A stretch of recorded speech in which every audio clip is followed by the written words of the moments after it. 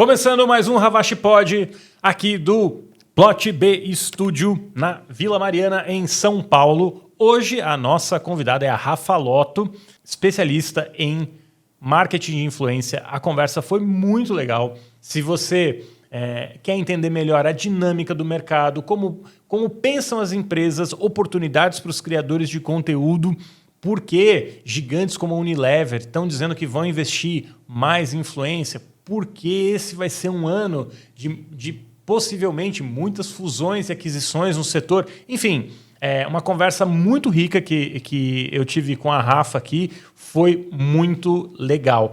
Mas antes da gente ir para a entrevista com a Rafa, a gente tem alguns recados, né, aqui para deixar. Eu vou falar de duas apoiadoras que a gente tem aqui no Ravache Pod. Primeira, SEO Lab, né, que é uma plataforma especializada em SEO que oferece ferramentas, conteúdos e ideias para aumentar a performance de conteúdos digitais, com foco em estratégias avançadas, inteligência artificial, análise de dados e tendências do Google. O site ajuda profissionais e empresas a melhorarem seu posicionamento e visibilidade online. Vai lá no site da SEO Lab, .com.br. É muito legal o conteúdo deles. Se você gosta de SEO, acompanha SEO, tem muito conteúdo sendo publicado e postado lá. Eles também são uma consultoria de SEO, né? E tem serviços de tecnologia e afins. Vale conferir. E outra que eu gostaria de citar é a Jagger, né? Que é uma empresa especializada em jornalismo digital com foco em SEO, uma agência de conteúdo, né, do mercado. A equipe formada por jornalistas e editores experientes combina estratégia e agilidade para entregar grandes volumes de conteúdo de alta qualidade, atuando em parceria com diferentes veículos de comunicação, adaptando as soluções às necessidades específicas de cada parceiro. Agora vamos falar da Rafa. E depois da conversa com a Rafa, teremos notícias com a Yúlia Serra, que vai estar aqui conosco mais uma vez. Hoje, recebendo no Ravache Pod a Rafa Lotto. Rafa, obrigado por ter vindo. Obrigada pelo convite. A Rafa tem 20 anos, né, de mercado digital, atuou como executiva de grandes marcas, planejando e implementando suas estratégias de presença online. Em 2011, cofundou uma das primeiras agências de marketing de conteúdo do Brasil e hoje é sócia e CEO da YouPix. Essa sou eu. E, Rafa, é engraçado, eu estava lembrando aqui, quando a gente se conheceu. Sim. Não faz tanto tempo assim, acho que faz um ano e meio. Um ano e pouco, Um ano e pouco. A gente foi tomar um café e eu estava começando Óbvio, né? A influência já era uma coisa muito relevante. E eu falei, bom, mas até aí eu acho que não tem notícia para a coluna que eu escrevo lá no Valor. Mas você trouxe uma perspectiva completamente diferente do que o mercado, daquela narrativa que estava no mercado, né? Que estava tudo indo de vento em popa, o mercado voando. E aí você falou, olha, sim, cresceu muito, agora no pós-pandemia vai ser um novo cenário. Inclusive, eu publiquei uma pesquisa da YouPix que mostrava já, uma pesquisa que a YouPix faz com stakeholders, né, no mercado, e mostrava que as marcas estavam revendo o investimento em influência digital.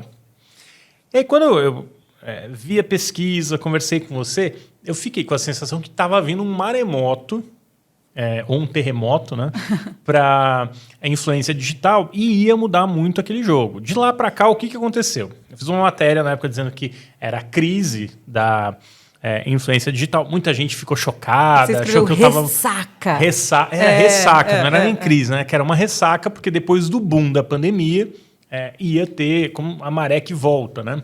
Ou que eu não estou, de maneira nenhuma, eu quis dizer que a influência vai acabar, gente, tá? Esqueçam essa história. A influência veio para ficar, vai continuar, mas óbvio, o mercado está num momento diferente.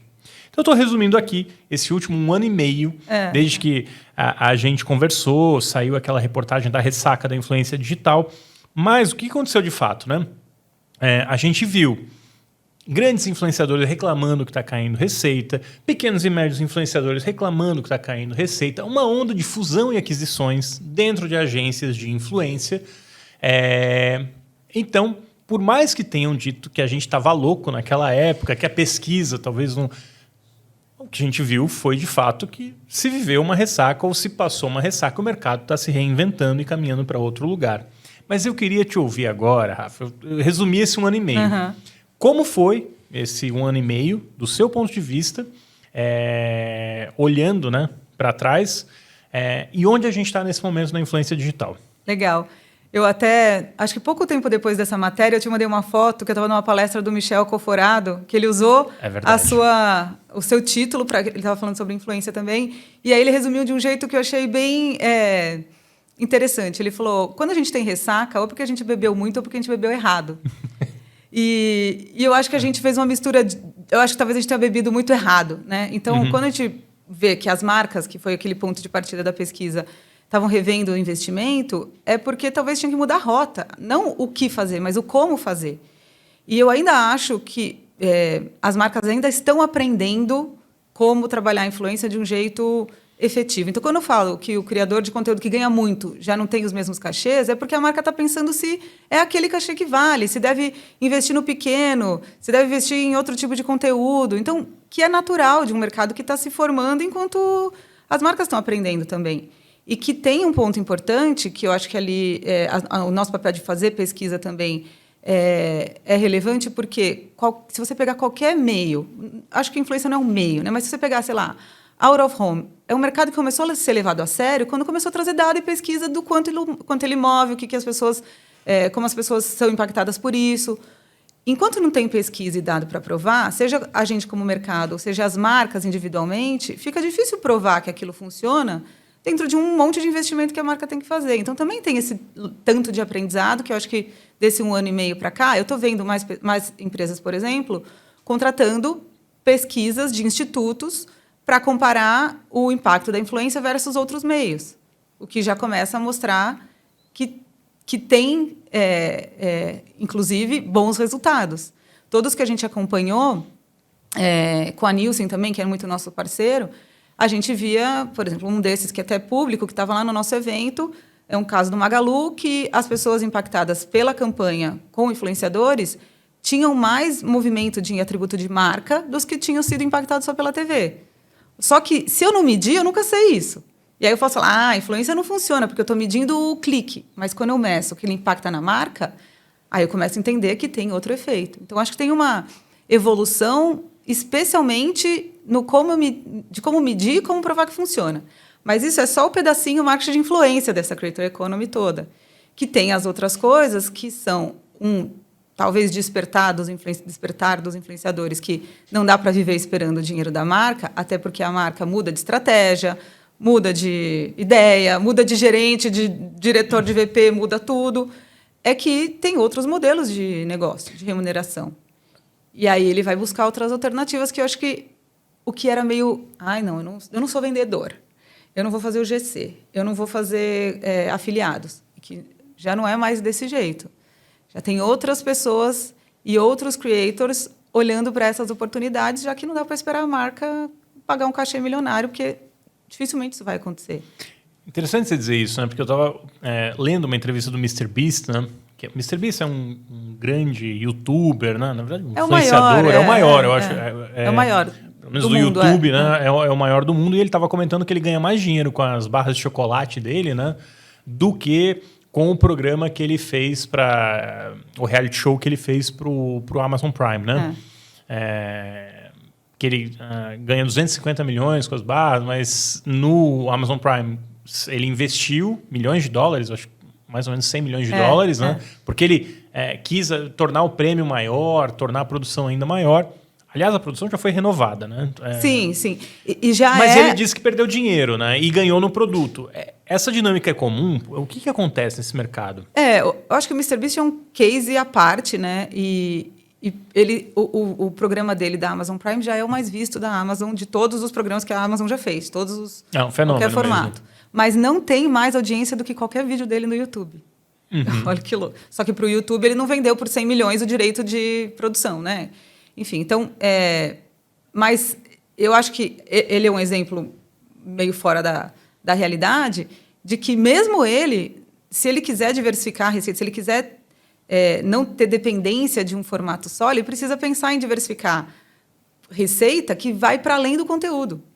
Né, que vai para além do só ganhar criar um dinheiro. Ecossistema, né? Não é achar, vou ter um perfil e aí vou vender vou falar de um produto no meu perfil e a marca vai me pagar. Esse era o modelo tradicional. A gente está para outro lugar hoje em dia. E ele mesmo, até a semana passada, ou retrasada, o Colin e Samir, que são 2 creators gringos também, que eles falam muito sobre a Creator Economy. Eles fizeram uma entrevista, podcast com o Mark Zuckerberg, meio jabá, né? Porque eu vi.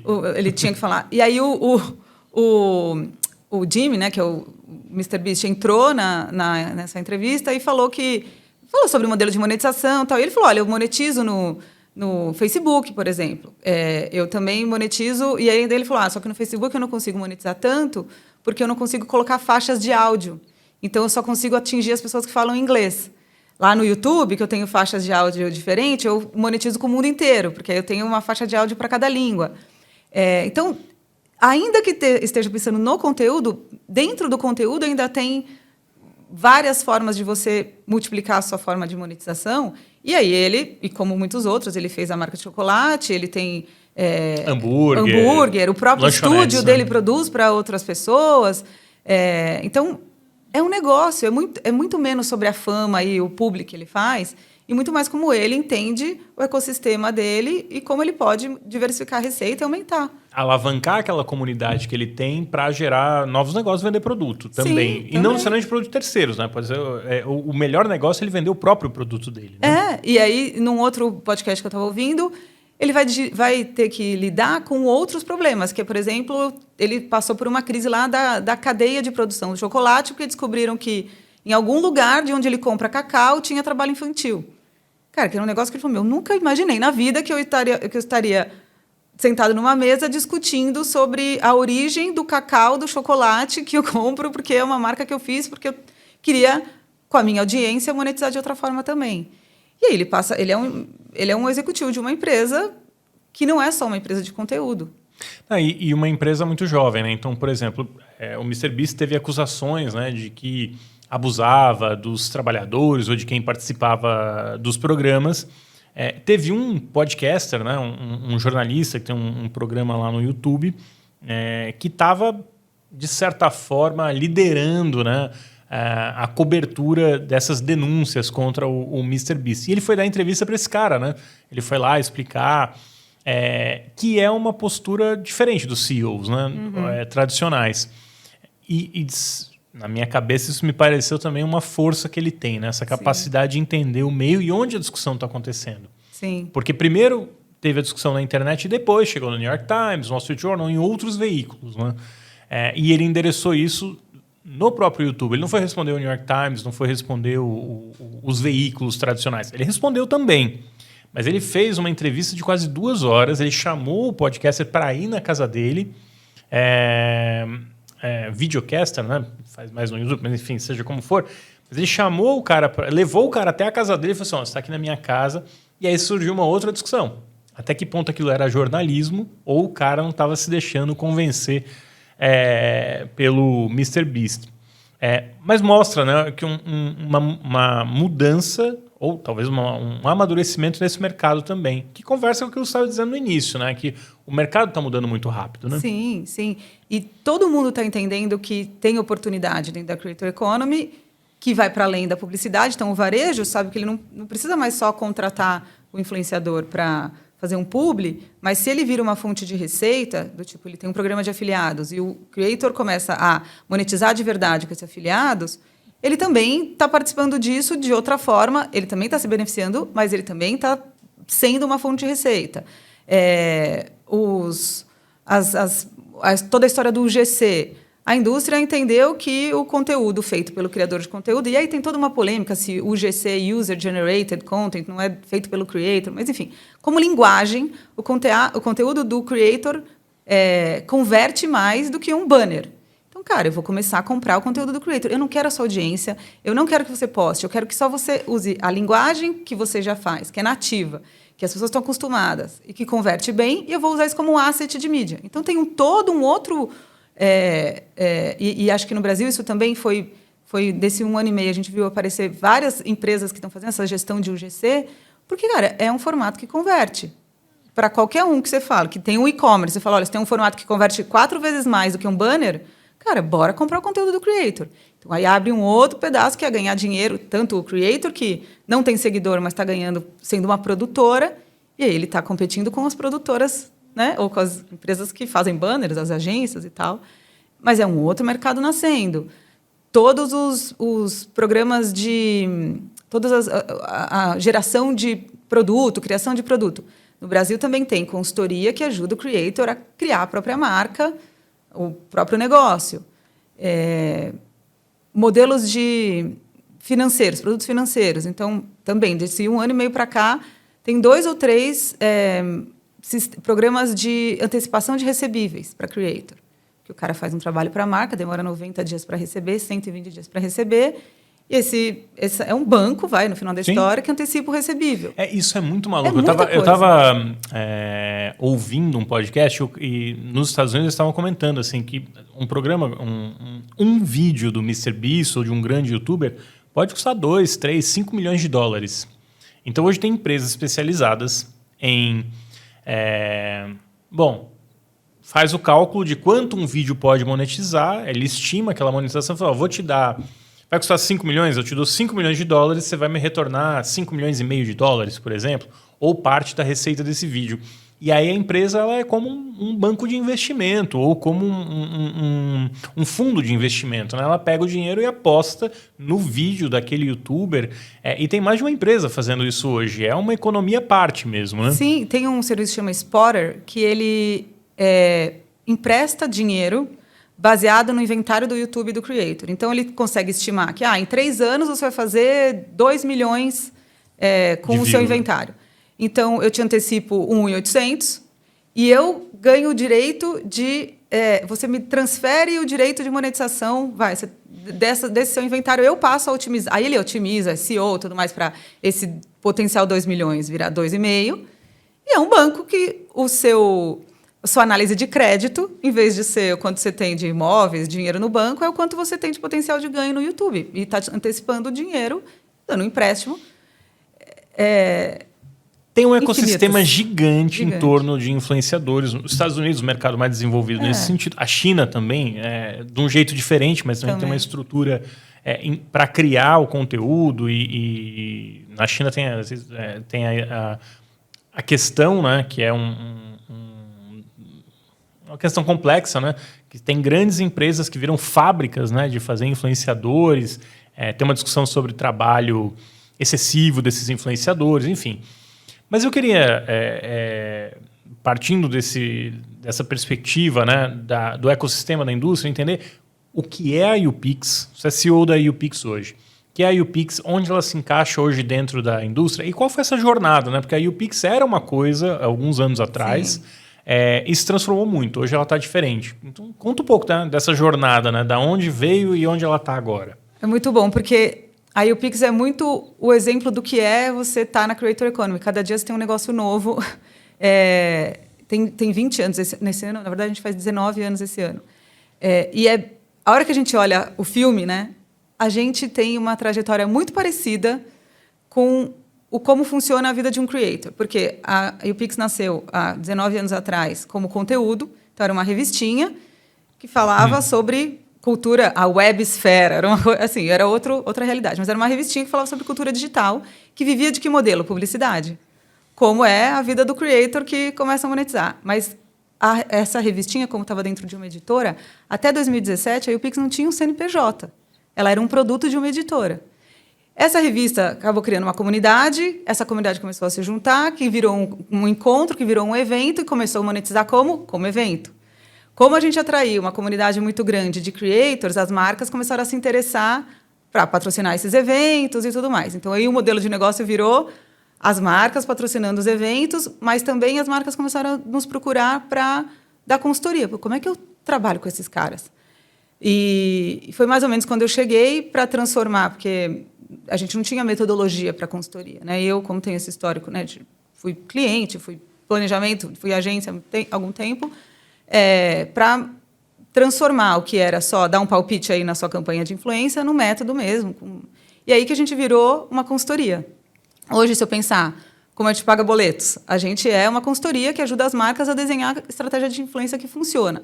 Mas a gente continuou produzindo conteúdo, então a gente foi transformando e evoluindo esse conteúdo de só o conteúdo editorial para pesquisa. Então, a gente faz as principais pesquisas do mercado, que a gente entende o creator, a gente pergunta para a marca como ela está operando e também para a audiência, como é que está sendo influenciado.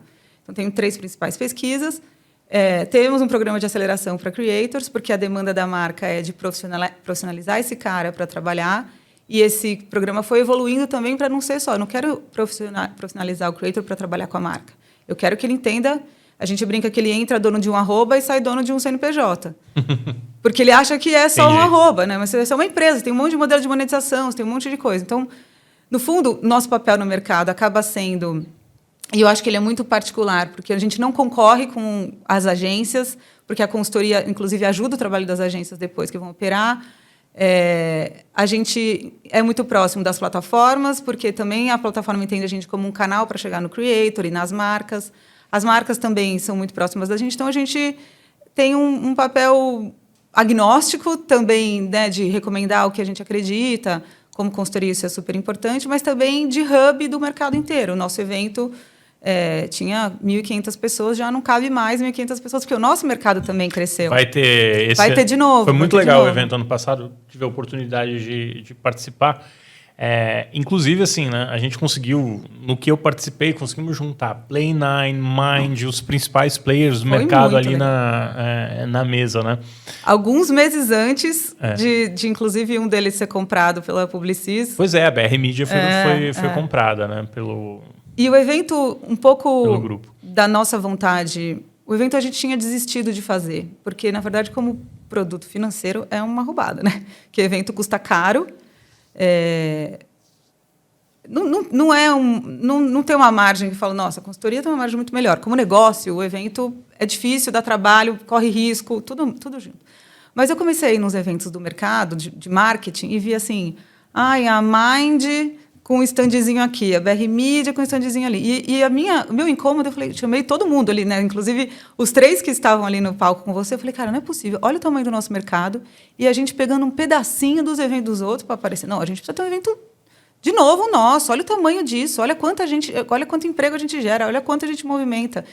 E aí os 3 disseram, vamos, vai, a gente tá junto. E aí foi muito legal, porque o JP e o Scapini da Mind compraram comigo essa ideia e também me ajudaram a falar com os outros, porque eles têm um papel importante no mercado, são os maiores, né?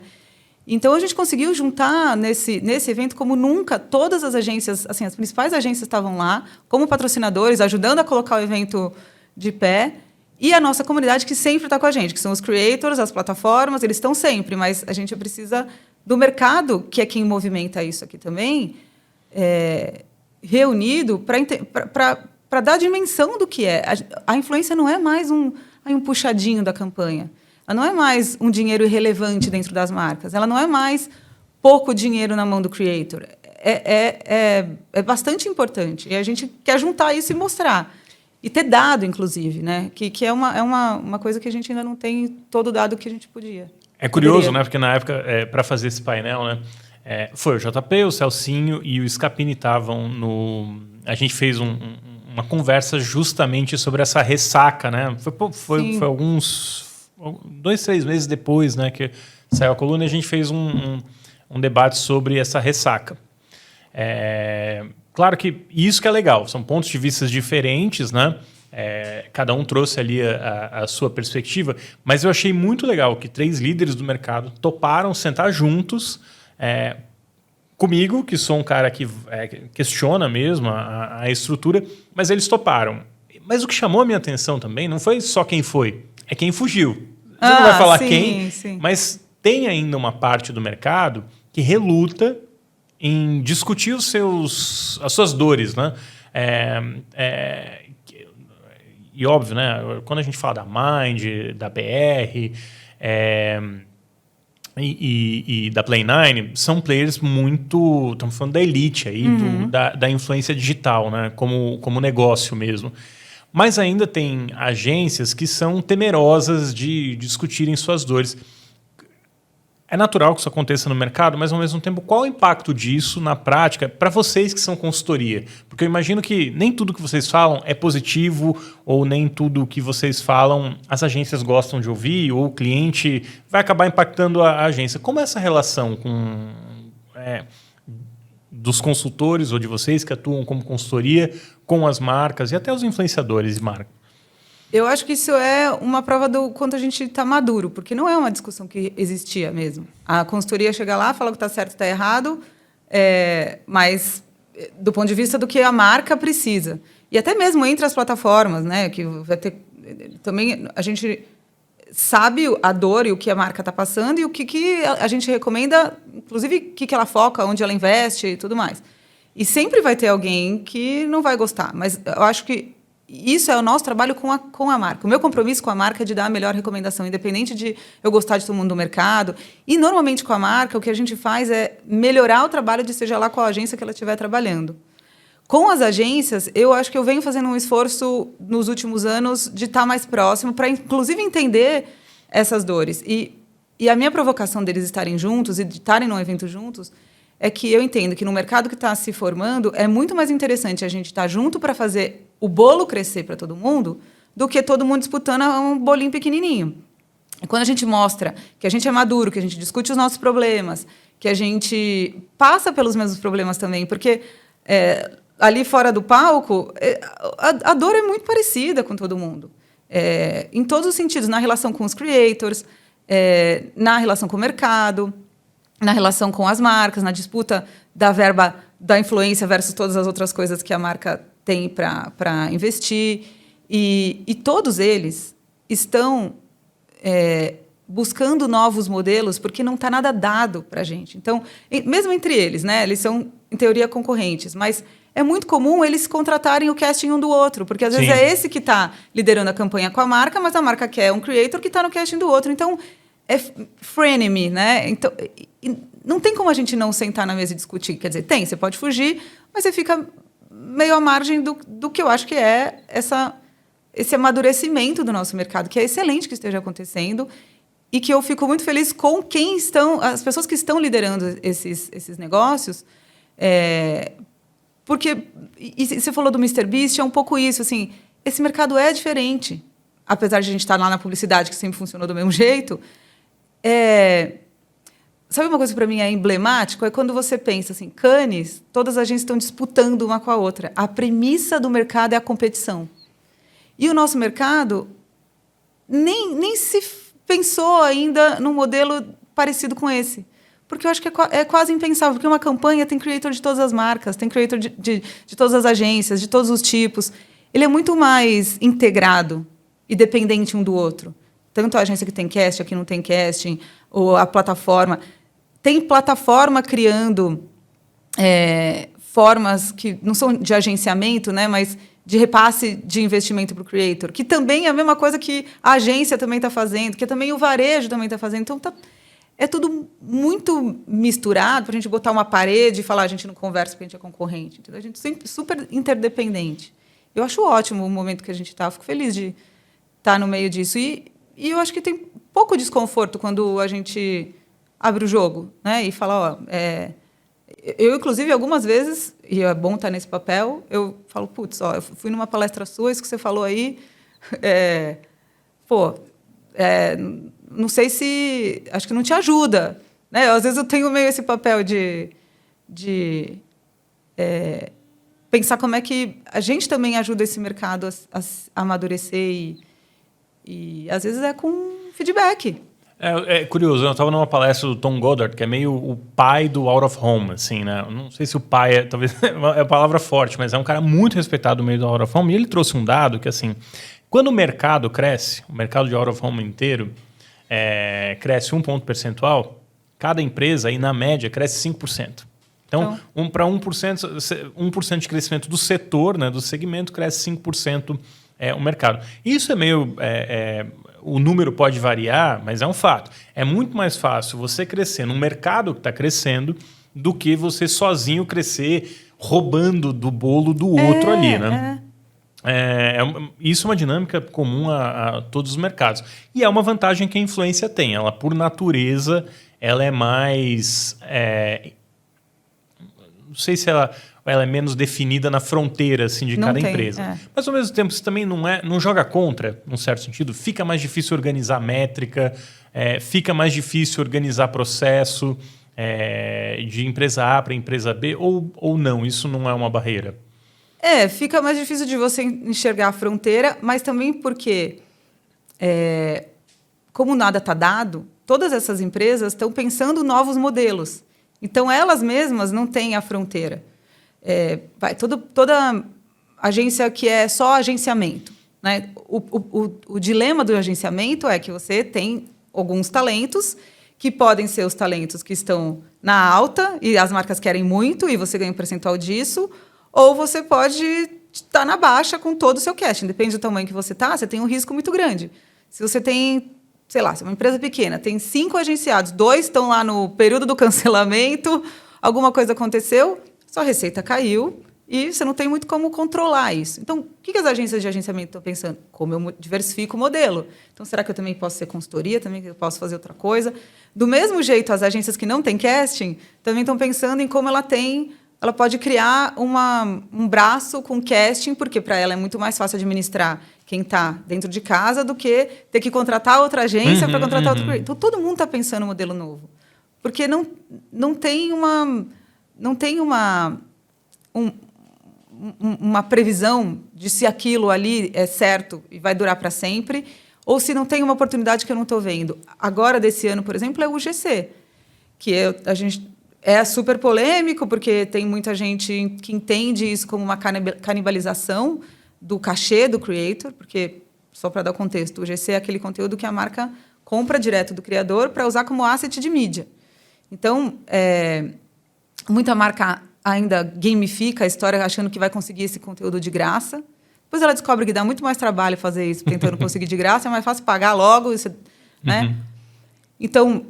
E também, como ela não sabe qual é o creator que topa, chega a proposta para um creator que vende publi de 50 mil para ele fazer um filme de 300. Aí o cara fala, nossa, é um... 300 reais, 300 né? reais. É uma afronta, é quase... Do ponto de vista de relações públicas, né, de PR mesmo, é um pesadelo, né? Porque você tem um cara que se sente diminuído por uma marca que chega... eu tenho um tamanho tal, eu cobro 50 mil para fazer um publi, tem essa marca aqui... Marcas grandes, não raro, né? Sim. Que não entende o que eu faço, que não entende o meu mercado e quer me pagar 300 reais para fazer o que eu faço por 50 mil, né? E às vezes é só porque essa marca contratou uma agência que disparou um briefing para um monte de gente numa plataforma e vai acertar alguns que topam e vai acertar alguns que, não é para você. Só que nessa intermediação, justamente porque é difícil você encontrar, né, quem é que topa fazer isso e quanto custa, as agências que antes faziam só intermediação de publi estão criando...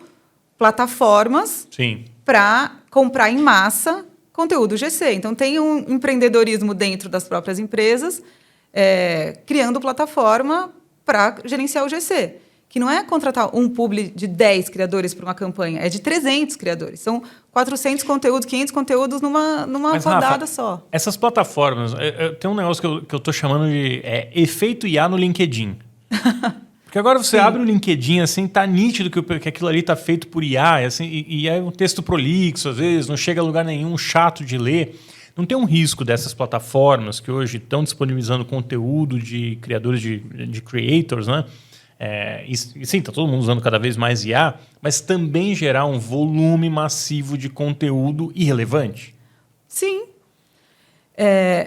Apesar de que eu acho que, especialmente o UGC, ele tem relevância porque ele é um asset que converte. Então, aquele banner que também tem de monte, que ninguém mais vê, ele está sendo substituído por uma campanha impulsionada de conversão no Instagram, no TikTok, onde for, com conteúdo que converte mais, porque tem uma linguagem que a gente se sente mais estimulado a comprar. Mas a gente entrou no mundo me engana que eu gosto, né? Porque assim, a marca... tem vários estudos que mostram que aquele bannerzinho, aquele quadradinho que aparece ali, não move conversa, né? Sim.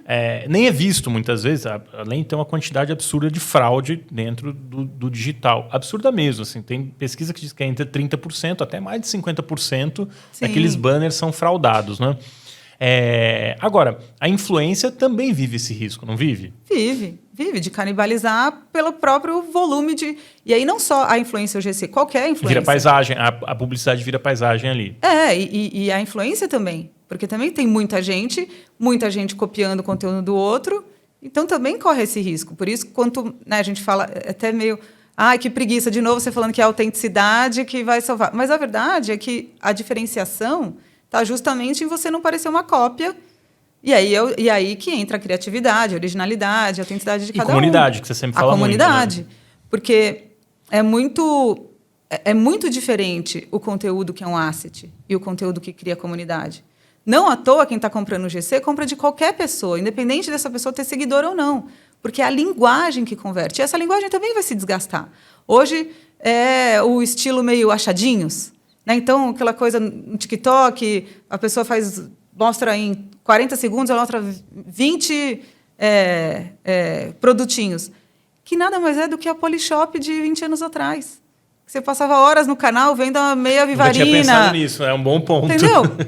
E funcionou, e depois de um tempo não funcionou mais. E que no final do dia alguém vende um produto num contexto que vai te ajudar a comprar. O que era? Meias pode vivarina. Ser a compra por impulso, pode ser. Entendi. Entendi. E hoje a gente, porque tem muito criador, porque tem as plataformas mesmo, né, as agências criando essas plataformas, entre a marca e o conteúdo, a gente está encurtando a distância porque está colocando tecnologia e tal. Mas sim, a IA pode fazer o achadinho. Daqui muito pouco tempo, se bobear, já tem muita coisa assim. Agora, você acha que a gente está caminhando... tem tanta IA, tem tanto conteúdo sendo produzido que a gente caminha a gente pode, em algum momento, caminhar para algo mais autoral? Mais focado em comunidade? Uma tendência em médio, longo prazo, talvez, ou daqui a algum tempo... sair um pouco da IA e falar, não, vou acompanhar esse cara porque o conteúdo é autêntico, não tem uma máquina entregando tudo. Eu tenho essa sensação com o jornalismo. Eu não sei se isso também pode acontecer na influência. Sim, com certeza. Inclusive, dela ser cada vez mais offline. Então, os criadores criando eventos para encontrar sua comunidade. Os grupos de mídia também, assim, né? Veículos de imprensa têm cada vez mais criado eventos, né? Sim, é a comunidade que acontece no WhatsApp, o grupo. Tem muito podcaster que grava o podcast com a audiência no Zoom, qualquer coisa para ela ouvir. Então, como se a gente estivesse aqui conversando, mas a nossa comunidade está vendo essa conversa no offline. A gente está estudando fazer isso. Em alguns momentos a gente vai abrir, a gente vai gravar aqui o podcast, mas também vai fazer online, assim, abrindo para perguntas. E aí a pessoa pode mandar uma pergunta. Ela não está necessariamente participando, aparecendo, tal, mas ela está acompanhando e ela se sente parte disso. E até lembrei de uma das palestras que eu assisti lá no SXSW com o Jim Lauderbeck, que ele era o CEO da Vidcon, que foi, né, por muito tempo, o único evento de Creator Economy. Agora, todo evento tem uma trilha Creator Economy, mas ali nem chamava Creator Economy, inclusive chama Vidcon, porque foi um primeiro encontro dos youtubers, né, da pessoa que fazia vídeo. Chama Vidcon, sempre foi patrocinado pelo YouTube, inclusive. E ele falou, alguém perguntou para ele, né, como é que o Creator se diferencia da inteligência artificial? Ele falou, porque o Creator erra, porque ele é humano, porque ele comete erros que jamais a IA poderia prever. Então, errar... a tal da vulnerabilidade tal, é o que vai fazer, muitas vezes, essas pessoas serem diferentes e serem cada vez mais humanas. E ser humano significa fazer encontrinho, tá junto, tá perto, é criar comunidade. Fazer o podcast gravando, mas é também encontrar as pessoas presencialmente, em eventos. Então, quase que a gente está falando de quanto mais offline ou quanto menos... Quanto mais online eu estou, mais offline eu tenho que estar também. Né? E a massificação, como mídia, vai acontecer. E também vai se organizar com a base do algoritmo, né? Porque se tem tanta gente produzindo conteúdo e inclusive, o conteúdo cada vez mais está saindo da lógica social... Porque o TikTok fez isso, né? Não importa se você me segue ou não. O social é assim, se eu publico um vídeo, eu posso ter 0 seguidor, mas se esse vídeo viralizar, ele vai bombar. Ao mesmo tempo, eu posso ter 1 milhão, 10 milhões de seguidores se eu postar um vídeo que não performe, não engaje tanto, não pouca gente vai ver aquilo. Porque o algoritmo entende que você talvez goste desse vídeo aqui de alguém que você nunca viu e que pode ser que você se conecte num nível que você vai começar a seguir, querer acompanhar. Isso mudou completamente a dinâmica, né? Mudou. E assim, se a gente vamos pensar lá, vamos voltar para trás. O Orkut, que né, foi criado com a lógica do social graph, ou né, social. Então, mais ou menos essa pessoa aqui vai encontrar online quem a rede social dela. Tanto que, você lembra o que acontecia quando tinha 1.000 amigos? Não. Você tinha que fazer um outro perfil. Aí você só fala, perfil lotado. O LinkedIn era 19 mil, né? Eu acho que tinha 19 mil, perto de 20 mil também travava. Né? Porque os números iam mudando. Quando fizeram lá o Orkut, nunca pensaram na lógica de que uma pessoa produzindo conteúdo poderia ser interessante para quem, além de quem ela conhece, consumir o conteúdo dela. E aí você tinha 1.000 amigos, perfil lotado, faz mais um. Então você era muito bombado se você tivesse 10 perfis. 10 perfis. E aí isso se desfez com todas as outras redes que não tinham mais esse limite de amigos. Mas ainda tinha aquela coisa de ser convidado. O Facebook era assim, você tinha que receber um convite. E se transformou numa lógica midiática mesmo, que é quanto mais gente vê, melhor. E o algoritmo ajuda a fazer isso. Então você não precisa necessariamente ter comunidade. Mas esse conteúdo que também serve a qualquer um, ele também é mais perecível, é menos pessoal, porque vamos pensar lá no negócio da marca. A marca quer falar com mais gente possível no formato que mais converte. Então, para ela é mais negócio contratar um formato que converte do que qualquer outra coisa. Então, se o algoritmo vai entregar o formato que converte, tanto faz se você tem seguidor ou não. Agora, com a comunidade, a marca tem um nível de resposta completamente diferente, de conversão completamente diferente, de relacionamento também, que é uma coisa que as marcas ainda não aprenderam a operar. Como assim? Quando uma marca pensa com a lógica de mídia, ela faz uma mensagem que sirva ao máximo possível de gente e que converta o máximo possível. E a lógica da marca é a minha mensagem do jeito que eu quero, como eu quero, lá ali para todo mundo ver. A lógica da comunidade, do creator, é você colocar a sua marca naquele contexto. Então, ele que diz como ele faz. É ele que sabe como converte, é ele que sabe como ele se conecta com a comunidade dele. E a marca não sabe trabalhar num cenário em que até a construção da sua marca já é cocriada, a narrativa. Se o seu consumidor quiser chamar o seu produto de outro nome, não há o que você faça. Se o seu consumidor quer dar um outro uso para o seu produto, não há o que você faça. Não adianta você querer controlar a mensagem quando são essas comunidades que estão ressignificando ou criando a sua marca, que é o case, sei lá, da Lacoste. Não adianta, a Lacoste pode fazer o que for. A galera da periferia gostava de Lacoste e queria comprar Lacoste. Aí você pode entrar nessa conversa, participar dela, ter resultado com ela, mas a outra Lacoste continua rolando. Porque essas comunidades não se cruzam. Porque elas estão acontecendo, talvez, offline, no evento de alguém, no grupo do WhatsApp. Inclusive, teve polêmica com influenciadores, né? Começou... eles começaram a identificar que a galera da periferia gostava de consumir a marca, chamava a marca de Lalá. Sério. E eles falavam... meio que assim, se a marca não me ouvir, eu vou quebrar a Lacoste. O que é o quebrar a Lacoste? Eu vou sair do meu show, que eu ganho uma boa quantidade de dinheiro, eu vou na loja, eu vou descer a loja inteira, eu vou comprar a loja inteira. E a Lacoste, sabiamente, soube abraçar esse movimento. Uma das lojas, acho que foi a loja do Shopping Morumbi, eles trocaram por um tempo, escreveram lá no coisa, fizeram coleções mais streetwear, mais com o jacaré maior e tudo mais, e começaram a dialogar com essa comunidade, em vez de falar, não vem aqui me consumir porque eu sou só do cara que joga tênis. Se eu não estou equivocado, teve uma polêmica da Lacoste tentar... trocar por produto. Não sei se foi a Lacoste ou a agência, mas trocar por produto, alguma coisa assim, se eu estou bem lembrado, né? É um clássico, né? Que é tentar pagar o influenciador com produto, que funciona em algum limite, assim... Aí a gente fala bastante, o recebido não paga boleto, então o cara aceita uma vez, 2 vezes, mas chega uma hora... Mas, assim, não é particular deles, né? Muitas marcas fazem isso. Hoje já se superou isso no mercado ou as marcas ainda tentam... Será que... Eu ia te perguntar quais os erros mais comuns, ou se o que recorrentemente as marcas erram na hora de fazer influência. Olha, se eu abrisse o grupo Jobs Arrombados... Tá. E acho que nem sempre é a marca, muito intermediário também, e esse é o problema ainda do mercado ainda né, em construção, muito intermediário, que a marca fala assim, olha, eu tenho 100 mil, e aí faz aí o que você quiser. Aí a agência que está intermediando pode falar assim, não, eu vou pegar 50 para mim. E uma agência não rara é uma agência tradicional, não é nenhuma agência de influência, é uma agência alheia a tudo isso. Né? O primeiro, vamos dizer, os principais erros é a quantidade de intermediário que tem entre a marca e o creator, que não é um erro necessariamente, mas é... Telefone sem fio.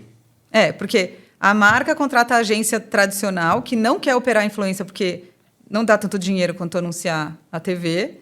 Aí ela subcontrata uma agência, que muitas vezes é uma agência sem casting, ela tem que contratar a agência do casting, que contrata o creator.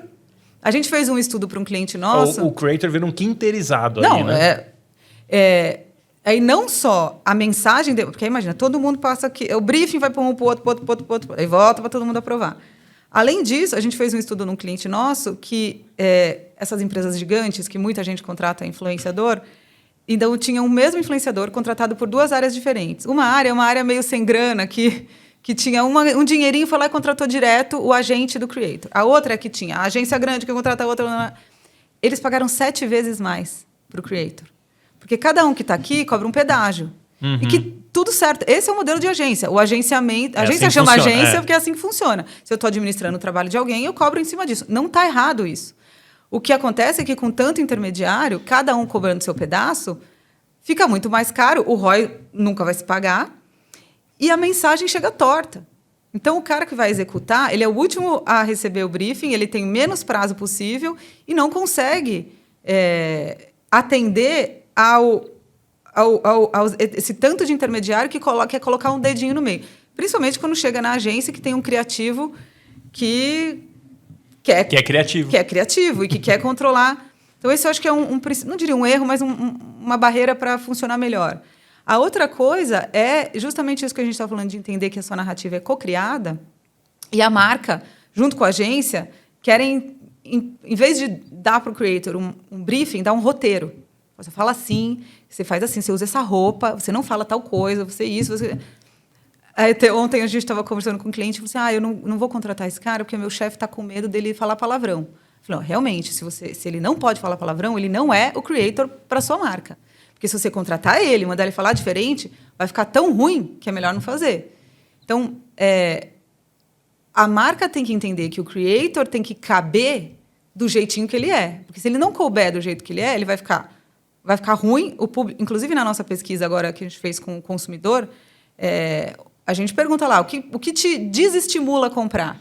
E ele fala, quando parece um comercial de TV, quando está muito forçado, quando o creator... Está claro que ele está desconfortável naquela publi, porque eu vejo ele todo dia, eu sou a comunidade dele, eu vejo ele todo dia. E quando vem essa publicidade, ele parece outra pessoa. E as marcas insistem em fazer isso, justamente porque não existe lá no brand book da marca o capítulo quando eu vou trabalhar com o influenciador, eu cocrio, que está lá acostumado a controlar. E é toda uma cadeia que sempre existiu para controlar. Não sei se você já acompanhou um shooting de campanha. Já. O cara criativo da agência, ele chega lá, ele vai lá, ele ajusta o cabelo da modelo, ele é super preciosista, tem 20% de azul no cenário inteiro, porque é o tanto que... tem. Isso não existe na influência, no marketing de influência. Porque... trabalhando com publisher, uma coisa que eu descobri, assim, a gente ia fazer vídeo, né? Publisher, né? Grandes veículos aí de notícia, eles iam fazer vídeo para as redes sociais, aí copiava a TV. Sim. E no final... o que funciona é uma coisa muito mais informal. Às vezes o jornalista pegar o telefone, gravar ali com o telefone na mão, com muito menos produção, tudo é uma linguagem diferente mesmo, né? E você precisa aceitar a linguagem do meio. Não adianta você querer impor a sua linguagem. Acho que isso vale para marca, vale para publisher, vale para jornalista, né? Eu percebo hoje muito jornalista dizendo é um absurdo, você tem influenciador de notícia, porque ele não faz a reportagem, não apura. Mas tem uma demanda no mercado por isso, né? Sim. E que também o influenciador pode aprender a apurar a notícia e tal, mas ele vai contar do jeito dele, né? Da forma como também vai funcionar melhor, porque lembra que ele tem que, de alguma forma, agradar o algoritmo. E o algoritmo serve para a gente aquilo que a gente quer consumir. E não é uma publi com cara de propaganda. Não é uma notícia com cara da notícia da TV, porque eu consumo de outras formas. Então, tem um desafio enorme ali nessa intermediação de como saber trabalhar. E, curiosamente, as marcas que melhor operam isso são as marcas menores. Porque justamente elas nem têm a alternativa de, por exemplo, anunciar na TV. Então... E ela sente o resultado de venda, né?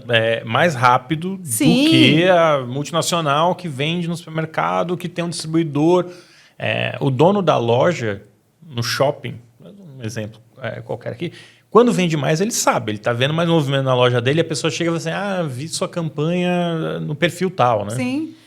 Eu vou dar um exemplo. Pode falar marca aqui? Pode, eu vou fazer claro. um publi sem fazer publi. Pode falar a marca que Um case que eu acompanho muito é a Insider. Tá. A Insider, todo podcast tem product placement. Então, tem, né, o host normalmente usa a marca. E eles falam e dão cupom de desconto.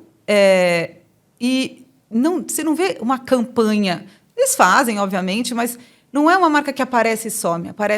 Ela está constantemente num formato muito parecido há muito tempo, mas você conhece a Insider.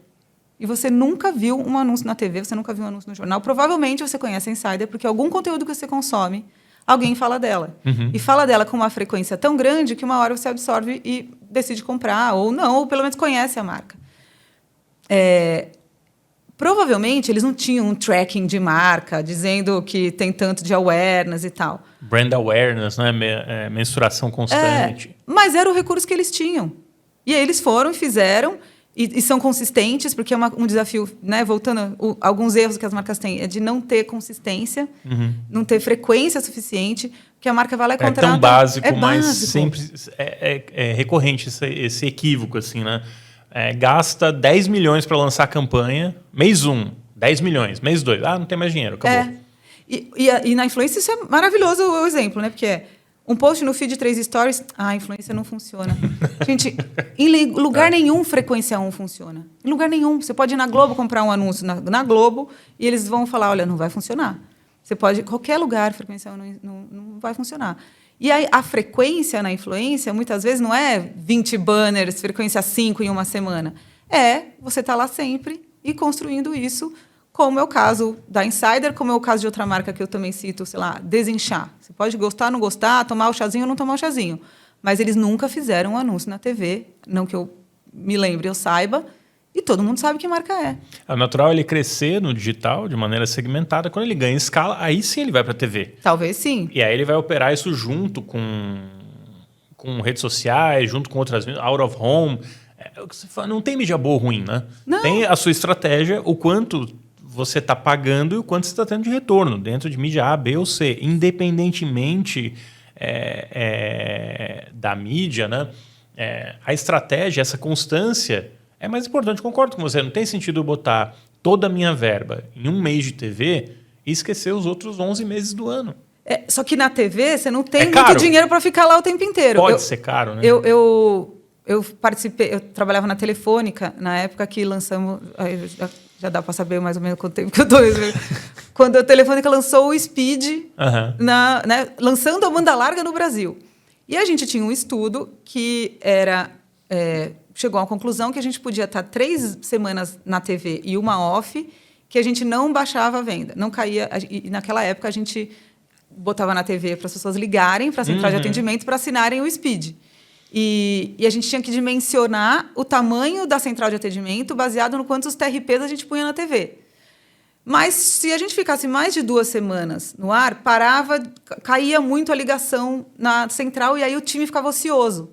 Então, a gente chegou numa conclusão que tinha que ficar 3 semanas aí uma podia ficar fora porque ela ainda tinha o residual e depois tinha que voltar de novo, senão começava a cair. Mas tinha muito dinheiro para fazer isso. Mas essa era uma lógica que funcionava na TV e que eu não... Com certeza, se a gente repetir isso numa estratégia de influência, eu não tenho esse dado, mas eu tenho certeza que ele teria um comportamento parecido. Que, se você se mantém presente com marketing de influência por um período razoável, depois você pode ficar um tempo fora, mas você tem que voltar, você vai ter sempre um residual, né? Você sempre vai ter algum resultado vindo disso, que é o que eu falo da estratégia da Insider. Mas as marcas costumam operar a influência com a lógica da TV, que eu só tenho grana para ir lá e voltar. Né? Eu vou numa campanha e volto. E aí tem pouco resultado, porque até você construir essa história já acabou, foi embora. E na influência não é tão fácil, Porque você não tem uma bala de canhão que nem anunciar na Globo, que ainda é bastante importante. E hoje em dia está mais isso. difícil, né? Do tempo na Telefônica, quando você... A Telefônica tinha menos concorrentes do que tem hoje. Sim, porque hoje a Telefônica, tudo bem, oferece um serviço para as operadoras, né? Uma situação difícil, porque, claro, o telefone... Hoje é Vivo, né? Vivo, Claro, TIM, virou quase um commodity, né? Sim. O valor não está mais no inteiro acesso. O acesso hoje você tem... e eles, óbvio, estão tentando criar serviços e vender serviços. Mas na hora que ele cria um serviço para aumentar o valor agregado, ele concorre com o Google, com a Meta, com a Globo. Vai ter o streaming, o canal de TV da Claro, com o serviço da Claro de streaming.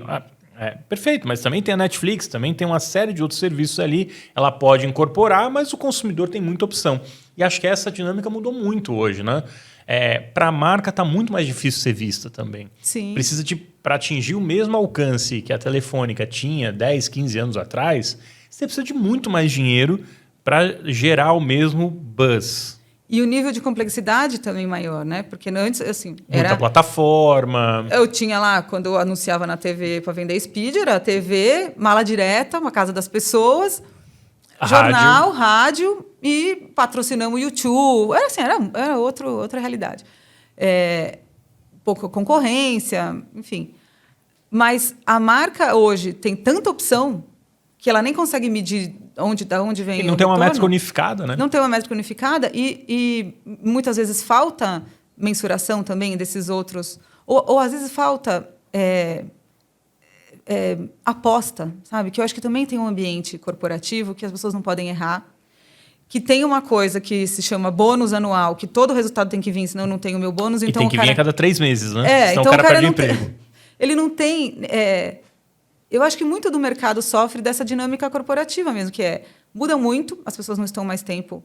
Eu trabalhei na Brastemp, que ficou 20 anos falando, não é assim uma Brastemp. E todo gerente que sentava lá sabia que ele ia continuar falando, não é assim uma Brastemp. Hoje o cara chega na marca, ele muda tudo, ele muda o posicionamento, e acha que em 3 meses vai ter o retorno que vai ter, com pouco investimento, pouca frequência, pouco tudo. Então tem meio, acho que uma dinâmica corporativa que não ajuda. Bota dinheiro para conversão, né? Bota o dinheiro todo na conversão. Vai botar todo o dinheiro no ponto de venda e... Reza para dar certo. Um bom exemplo, né? Que sobreviva da história da marca, né? Mas... E com a própria Brastemp aconteceu isso, tá? Depois que se entendeu que não ia mais falar, não é assim uma Brastemp, ia mover para algum outro caminho, a cada ano foi um caminho novo e nunca construiu de novo uma coisa como era antes. Ninguém mais lembra. A gente vive do residual, sim, mas não se criou um outro, não é assim uma Brastemp para a marca, porque foi isso que aconteceu. Cada gerente que sentou lá tentou construir uma história nova, porque tem muito da agenda pessoal de todo mundo lá, e é assim que funciona muito o mercado. O cara quer mostrar resultado, ele faz uma campanha linda que dá PR, que nem sabe muito bem se funcionou ou não funcionou. A dinâmica é muito mais complexa, você precisa de tempo para ter resultado. E não tenho tempo. Eu tenho que dar o resultado de 3 meses. E se eu não tiver o bônus... E aí não tenho bônus, não estou satisfeito, mudo, senta outra pessoa no lugar, começa tudo do zero de novo. Aí eu entro numa filosofada de que eu acho que as marcas estão sofrendo, muitas marcas grandes e super consolidadas, não de falta de estratégia, de recurso do dinheiro, mas de falta de alguém que sente lá por 4 anos. Não por 6 meses. Tem uma esquizofrenia, né, do mundo corporativo hoje de que é isso, não consegue, não tem um plano que dure mais de 6 meses, né? Não, e essa lógica de investir em conversão aconteceu com a Nike, né, que é um case que ficou famoso porque começaram a investir só em conversão e aí entenderam que deu ruim. Que a marca... tiraram, né? Tiraram a Nike de lojas físicas. Falaram, vamos vender tudo online que a nossa margem vai ser maior. Que é o D2C. Agora é tudo D2C. E aí?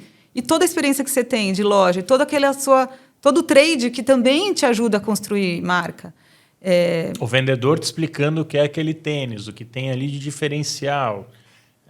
Isso faz diferença na experiência do consumidor, né? Faz. E quando tem... Olha... Os melhores cases que a gente tem como consultoria são os cases que a gente acompanha um tempo razoável e que as pessoas lá estão há mais tempo. Porque elas conseguem... Tem um que é de uma marca pequena que a gente acompanhou por 2 anos. Durante 2 anos, ela foi consistente nessa estratégia e durante 2 anos ela foi medindo impacto no resultado, mas também lembrança de marca, que era uma marca que ela só era vendida pelo varejo, então ela não era muito conhecida porque as pessoas compravam, uma marca de móveis. Elas compravam lá no Magalu, na Casas Bahia, mas ninguém sabia se estava comprando um armário de uma marca ou outra. Eles tinham o objetivo de se descolar para a pessoa chegar na loja falando, eu quero esta marca aqui, para não virar um mar de armários coloridos, e eles queriam se diferenciar. E durante 2 anos eles acompanharam isso. Cresceram os números, né, o número de seguidores, views, que são coisas básicas de se medir, mas moveram percepção de marca, lembrança de marca, cresceram o investimento. Mas, cara, é uma pessoa 2 anos consistente na estratégia que ela adotou. Quando que dá para fazer isso? Não tem eu acho que marca média e pequena faz isso muito melhor, porque tem o dono ali, né, no pulso da marca. Isso também ajuda a explicar, porque hoje os grandes têm tanta dificuldade. Eu sempre repito isso. Você pega Unilever, Nestlé, P&G. O que essas marcas, essas grandes corporações têm em comum? Há 10 anos não entregam resultado consistentemente, né? Performam abaixo do SP500, por exemplo, né? E troca CEO toda hora. Agora tem um CEO na Unilever, Fernando Fernandes, que foi CEO aqui no Brasil e entrou, né? Liderou a operação da Unilever no Brasil e agora entra dizendo vamos botar a influência aqui no topo e assim por diante. E, claro, é um recado muito convincente, né? Quando o CEO fala, não, a gente vai modernizar, agora vamos trazer o influenciador aqui. Mas olhar para a própria história da Unilever nos últimos 2 anos, assim, de troca de CEO. A empresa que fez Dove, né, com uma posição forte de ESG, diversidade, equidade e inclusão, está andando para trás em tudo isso que falou por 2, 3 anos. Né? Então, tem uma esquizofrenia da marca, e o bom aqui que eu posso falar de marca, não tem nada... tem uma esquizofrenia, né? Porque eu tenho um cara entrando e falo assim, não, agora é influência, agora a gente vai ser digital, mas todas aquelas mensagens que a Unilever passou por... nos últimos 10 anos, pelo menos, por uma perspectiva do investidor e até dos investidores da Unilever, que já vinham reclamando de política de equidade e inclusão antes mesmo do Trump assumir o governo. Acho que o Trump só acelerou o movimento que já tinha no mercado. Como que o influenciador vai falar de marca Unilever sem... Eu fico imaginando alguém que tem que fazer uma campanha de Dove hoje. Assim, bom, eu não posso falar de diversidade, equidade e inclusão para Dove. Claro que a Unilever se a Unilever quiser vir aqui falar, está convidada. Mas, obviamente, o que a Unilever vai falar? Não, a gente não abriu mão das nossas políticas de ESG. É verdade, provavelmente não. A fruta baixa na árvore, né, que é assim, economizar água, porque economizando água eu gasto menos. Isso já foi colhido e vai continuar sendo colhido pelas empresas. Agora, trazer equidade, inclusão, diversidade gera debates muito difíceis dentro da empresa. Sim. E o influenciador... A gente fala influenciador, mas o criador de conteúdo, quando ele for falar de um produto como o Dove ou vários outros que tem lá na Unilever, vai ser difícil para ele conciliar conversas que são tão malucas, né? Tipo, 10 anos falando de equidade e inclusão e agora eu já não falo mais muito disso, eu não estou mais tão próximo disso. Ou eu sou próximo disso no Brasil, porque aqui isso ainda tem relevância. Nos Estados Unidos eu não tenho nada a ver com isso, porque nos Estados Unidos o Trump está batendo no termo. Então, acho que assim, eu estou falando para os criadores, mas é um desafio para quem está dentro da marca, é um desafio para as agências, é um desafio para o criador, que no final está nesse telefone sem fio também, e é muito difícil as marcas serem consistentes. Além de tudo. Acho que tem muita coisa. Eu adorei que ele fez esse pronunciamento aí de que vai ter 50% era 50% do investimento de influência. Eu queria ver o vírgula como, né? Porque... o que é influência? Porque... bom ponto. Eu vou pegar tudo isso, contratar um monte de celebridade, pode ser entendido como influência. Eu vou pegar isso e botar um caminhão de dinheiro para fazer várias campanhas, uma desconectada com a outra, pode ser entendido como influência. Cada marca também dentro da Unilever pode desdobrar isso de um jeito diferente. E a gente que faz muita consultoria para marca desse tamanho, é muito comum que tenha pensamentos completamente diferentes dentro de uma mesma empresa. Do cara que está sentado, né, na cadeira de marketing de uma marca X e uma marca Y terem pensamentos completamente divergentes do como usar a influência, que é isso que é o que vai determinar se isso vai ser... Por que eu penso isso? Porque Ele é uma pessoa importante falar isso no mercado. Não, ele é um líder. A Unilever exatamente. Tem muito investimento. Aí ele vai lá, bota esse caminhão de dinheiro e dá errado porque fizeram errado, e aí descredibiliza a influência como um todo. Essa é a minha preocupação. É bom, mas pode ser muito ruim. Pode ser muito ruim, porque fala, putz, olha só, botamos todo esse caminhão de... Sei lá, a Nike resolveu D2C. Matou o D2C. Matou o D2C. Se tudo isso não for desenhado de uma forma para que tenha resultado tanto para eles, porque eles querem, quanto para o mercado, ele vai descredibilizar o investimento que fez e a gente volta 10 passos para trás. Mas para ele conseguir fazer isso, tem uma cadeia lá, que é cada gerente de marketing e cada fornecedor que ele tem lá. Porque é muito comum, a hora que ele falou isso, e a agência que ganha dinheiro com a outra coisa que não é influência, ela vai dar um jeito de vir aqui e falar, não, olha, influência não funciona não, faz tal coisa. A gente viu isso, viveu isso em alguns clientes que decidiram tirar o dinheiro da influência e pôr em outro lugar, porque veio uma agência e blá, blá, blá, blá, blá, blá, e falou, não, influência não funciona. Ou usa essas coisas tipo, olha só, tá vendo? Fulano foi cancelado e a marca se prejudicou. Usa um exemplo para botar um terror pro diretor de marca lá, o gerente da marca que não quer tomar risco. Não, tira o dinheiro daqui. A Bud Light nos Estados Unidos é um clássico. Esse foi um clássico, que um monte de gente aproveitou que foi um erro de estratégia de influência, que causou o que causou, que é não ler o consumidor dela, aquela história de cada um tem que contar uma mensagem. É uma marca que, no fundo, nunca acreditou nisso, né? Nunca acreditou, nunca fez, nunca falou. Contratou uma pessoa trans para fazer uma campanha. No primeiro momento que essa pessoa foi atacada, a marca abandonou a influenciadora, né? Abandonou abandonou a parceria, a causa e tudo, mandou todo mundo embora. Do CEO dos Estados Unidos, passando pelo marketing, foi todo mundo demitido. E é uma leitura assim, se eu tenho uma audiência ultraconservadora e eu não tenho uma consistência nessa minha bandeira que eu levantei, cara, vai ter choque. E foi mais ou menos que isso. Eles nunca falaram sobre isso. Eles não prepararam a comunidade deles, os consumidores deles, para uma nova marca que estava chegando. E foi, apesar do assunto ser importante, foi contraditório com ela mesma. E aí os caras ultraconservadores, tinha gente fazendo pilha e metralhando a marca. Tipo, o ultraconservador lá, super preconceituoso, mas é uma leitura de que a influência pode passar um pano naquela causa que você quer abordar, que é um pouco do que você estava falando, assim, se a Unilever é consistente ou não é consistente nas causas, não acho que é uma questão... as marcas costumam surfar as ondas que, aparentemente, são aquelas que vão dar visibilidade para elas. Então, já teve toda, de vamos plantar milhões de árvores, vamos... Quantas mil marcas, depois daquela campanha do alvo da moda... Eu estou resgatando as coisas do passado. Lembra o câncer no alvo da moda? Sim. Câncer de mama no alvo da moda? Um monte de marca depois resolveu apoiar a causa do câncer de mama. Quanto que você escuta falar hoje? Outubro Rosa? Acabou.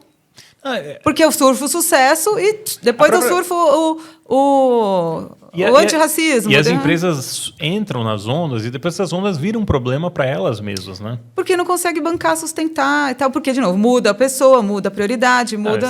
Dias atrás, a Ben & Jerry, que é uma marca da Unilever, foi comprada pela Unilever. Só que ela tem uma estrutura diferente, ela é independente, né, da Unilever, ela tem o CEO dela, tem o board dela.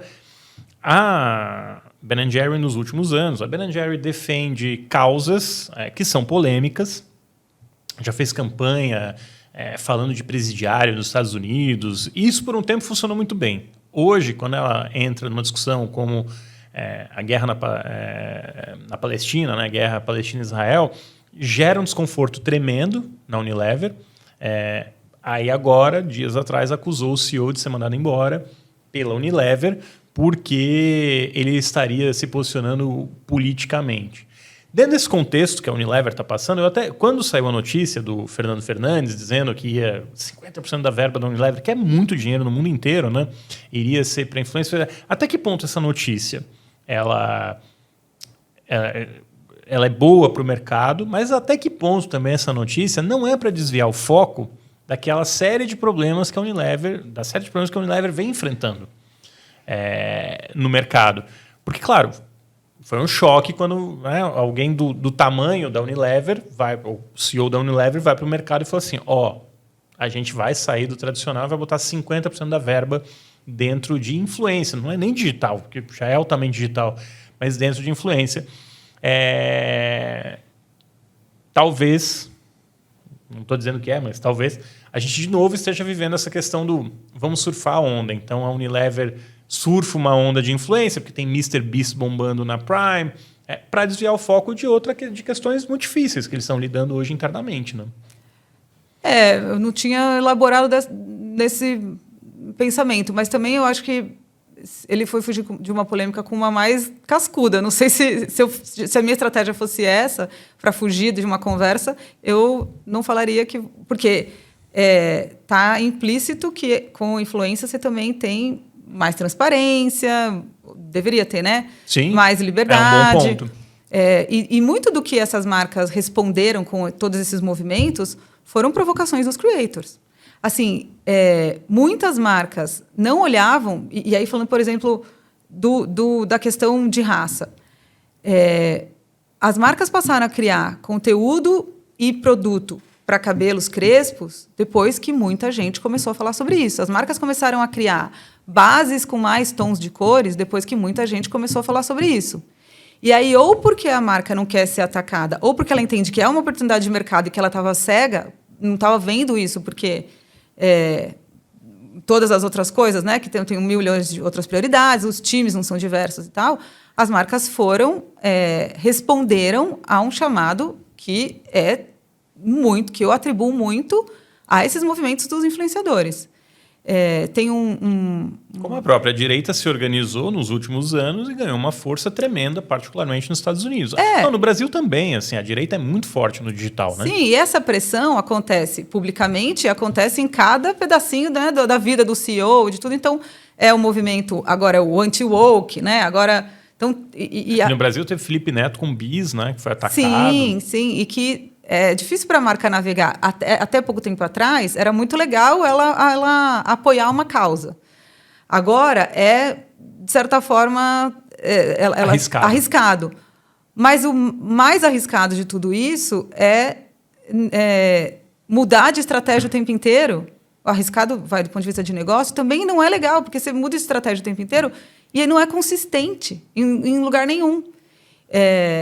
E tem coisas e são decisões que são decisões também de mercado. Você quer vender para todo mundo ou você quer vender... exemplos, todas as questões de gênero e raça, é uma questão também... Cara, o mundo, por mais que a gente esteja vivendo uma onda conservadora, se a gente olhar na linha do tempo, a gente é cada vez mais progressista. Você pensar, há pouquíssimo tempo atrás... era um tabu, muitas famílias terem uma pessoa... meu primo é gay. Hoje a avó está entrando no casamento do filho, do neto com outro menino, entregando aliança. Porque a gente não volta mais para trás. As mulheres não vão voltar a usar saia, porque não pode usar calça. Então, no longo prazo, a gente passa por idas e vindas, mas a gente está indo para um lugar mais progressista. Que essas coisas vão ser inadmissíveis. É inadmissível você pensar hoje que a mulher não vai poder votar. Isso não vai voltar para trás. Por mais que tenha um monte de gente que acha que tem que voltar para trás. E aí a marca quer vender para quem? Para quem continua preso no passado. Vai cada vez ter menos pessoas dispostas a encarar essas mensagens. Então, a marca precisa também pensar lá no longo prazo que ela tem que falar com todo mundo. Para ela falar com todo mundo, ela não pode escolher uma bandeira que seja excludente. Então, ela não precisa ter uma bandeira colorida para dizer que ela não é homofóbica. Mas todas as atitudes dela precisam provar isso, precisam mostrar isso, precisam... Só que muitas marcas aceleraram esse movimento com o recurso da comunicação e não com o... Ficou legal no PPT. Ficou legal no PPT, mas na prática isso não foi incorporado pela empresa. E aí é por isso que não dura, porque não é de verdade. Você não precisa... Numa empresa que foi criada por uma mulher, eu sempre fui... depois que eu virei empreendedora, eu nunca precisei pensar se tem mais mulher ou homem na minha empresa. Porque é natural que eu tenha... Que eu não vou conviver num ambiente que tenha muito mais homem do que mulher, sendo que eu que decido isso. Então, nem é uma pauta mais para mim. Porque eu vivo isso. Só que, para muitas empresas onde essas coisas não são naturais, precisa ser uma pauta, porque precisa mover de alguma forma para a coisa acontecer. Mas como é mais difícil mover para acontecer, é mais fácil usar a comunicação para resolver. Aí como eu faço? Eu faço um time todo colorido na campanha. Eu falo que eu sou muito legal, que eu gosto de todos os gays, que eu faço produtos para os cabelos das pessoas que têm cabelo crespo, né? Mas as coisas não mudam muito. Então é difícil sustentar, porque vira só um recurso de campanha, né? E acho que as marcas estão sofrendo isso agora, porque qual é a causa que eu vou abraçar? Se todas essas causas aí vão me dar problema, eu não tenho uma marca consistente, que tenha uma conversa consistente também, nem o produto, às vezes, não resolve, e está todo mundo perdido. Será que num certo sentido, até uma falta de comprometimento, né, das marcas com questões maiores, não ajuda a explicar também o crescimento de retail media, até o marketing de afiliados? Porque, no final, né, se antes eu fazia uma grande campanha, abraçava uma causa, uma grande mensagem, agora eu pulverizo isso e falo link de afiliado, por exemplo, né, que tem crescido muito, né? Link de afiliado para vender produto, né? Um influenciador, meu link, clica no link aqui, eu uso o código e aí você vai ter um desconto. No final, não precisa ter uma grande mensagem da empresa, porque eu terceirizo essa mensagem para o creator. Ele vai encontrar a melhor maneira de vender aquele meu produto. Será que não tem relação isso de alguma forma? Eu acho que tem esse efeito, mas ele não foi pensado para ter isso. Tá. Porque, ele pode ser uma consequência. A marca não quer perder o controle. Tá. Ela não quer. Mas ela quer vender. Então, se ele está falando aí que o meu produto, sei lá o que é milagroso. É milagroso, mas está vendendo. E a gente viu isso em aposta, né? Que é outro capítulo. Mas como tudo na marca virou sobre o resultado, e aí juntou o creator, né, que precisa ganhar dinheiro e o afiliado é uma fonte de receita. E também é conteúdo, né? Porque falar sobre produto também é conteúdo. Então, eu estava conversando com um cara que eu encontrei, me contando, ele trabalhava na Amazon dos Estados Unidos e estava falando que eles começaram a observar que tinha muita devolução de algumas pessoas, né? E aí eles foram entender por que essas pessoas devolviam tanta coisa. E eles foram entender que eram os creators, porque eles compravam para criar o conteúdo e devolviam. E lá é mais fácil devolver. E aí ele falando, olha, de certa forma é ruim, né, do ponto de vista do resultado, até mesmo da linha que tem lá, alguém responsável pela taxa de devolução. Mas, por outro lado, que bom, ele está produzindo conteúdo para mim. É um negócio que não tem resposta certa e errada, porque, cara, deixa ele devolver quantas vezes for, né? Então, o efeito que tem a receita que o creator traz com o afiliado é bom para eles. O efeito que tem, que a narrativa está dissolvida, eles não sabem controlar ainda. Não conseguem. E eu acho que é aí que está o pulo do gato, que eu não preciso me posicionar necessariamente, mas eu preciso que essa comunidade, seja lá de que pauta ela for, queira falar sobre mim, que é a capacidade que a marca tem de gerar conversa positiva, né? Porque é muito fácil também. Então, como é que eu crio uma marca capaz de, seja lá quem for, a comunidade, o creator, ele queira falar sobre a minha marca? Exemplo, a história lá, a Carmed com milhões de... Cara, ela criou um negócio que as pessoas querem falar. E aí virou a coleção, aí virou o fato de não encontrar, porque vendeu muito, também virou uma pauta para eles também. E aí, com quem mais vocês querem que a gente faça collab? Cara, é uma manteiga de cacau, né? Mas a capacidade de gerar conversa que eles tiveram e de entrar na conversa também... É o entendimento do meio, né? E quando eu falo que são as marcas menores que fazem isso, a Carmed eu nem posso dizer que é pequena... cresceram muito, né? Mas... Porque o que ela tinha a perder de muita gente falando a meu respeito? E para onde foi? Cara, podia ter sido para qualquer outro lugar, inclusive para lugar nenhum, né? Porque podia não ter dado em nada. Mas as marcas que têm capacidade de proporcionar conversa e que elas sabem entrar nessas conversas, elas sabem participar disso, e as marcas de creators sabem isso muito bem, que já nasceram desse jeito, elas talvez tenham um futuro muito mais consistente do que essas que estão tentando achar um jeito, e é sempre um jeito meio, né, empacotado de uma mensagem que... tá bom, beleza, faz de conta que eu acredito. Porque também a gente já aprendeu que todas essas conversinhas são meio conversinha, né? Muitas vezes. Difícil ter uma marca consistente. E não precisa nem ser de uma causa, porque acho que a causa é o lance da polêmica, mas é de uma mensagem consistente. De conversa. E o consumidor vai pegar o seu batom e usar de blush. E vai ser assim. E beleza. E nesse contexto, que ele é obviamente muito desafiador, né? Como que os criadores de conteúdo, como quem quer criar, o creator, pode crescer nesse universo, assim, nesse contexto, né? Onde está a oportunidade para quem é creator hoje? Cara, eu acho que a primeira delas é de entender que é um negócio, é muito menos sobre ser famoso e muito mais sobre ser empreendedor. Métrica da vaidade não paga boleto, né? Não paga boleto. E tem um pouco, no Brasil, especialmente, o que acho que tem um pouco dessa... Primeiro que é uma forma de ascensão, né? De mobilidade social. Então, um país desigual, que a oportunidade não está aí para todo mundo, que a educação não resolve. Cara, qual a chance que eu tenho de mudar a realidade que eu vivo? Cara, olha quanta gente mudou, porque está vendo ali, né? E às vezes está só vendo a casca, a vida editada, tudo mais, mas está vendo a pessoa ascender. Então, tem uma coisa que é uma ferramenta de ascensão. Só que, para dar certo na influência, não é bombar. Dar certo na influência é durar. E aí, isso você precisa ter uma cabeça de empreendedor, de como essa frase é muito boa, né? Porque é muito fácil ser... Muito fácil, mas assim, é relativamente fácil você aparecer. E é isso. Isso é consistente para você virar um negócio? Então, acho que é um pouco menos da cabeça de que eu vou ser um famoso da internet e como é que eu penso o negócio.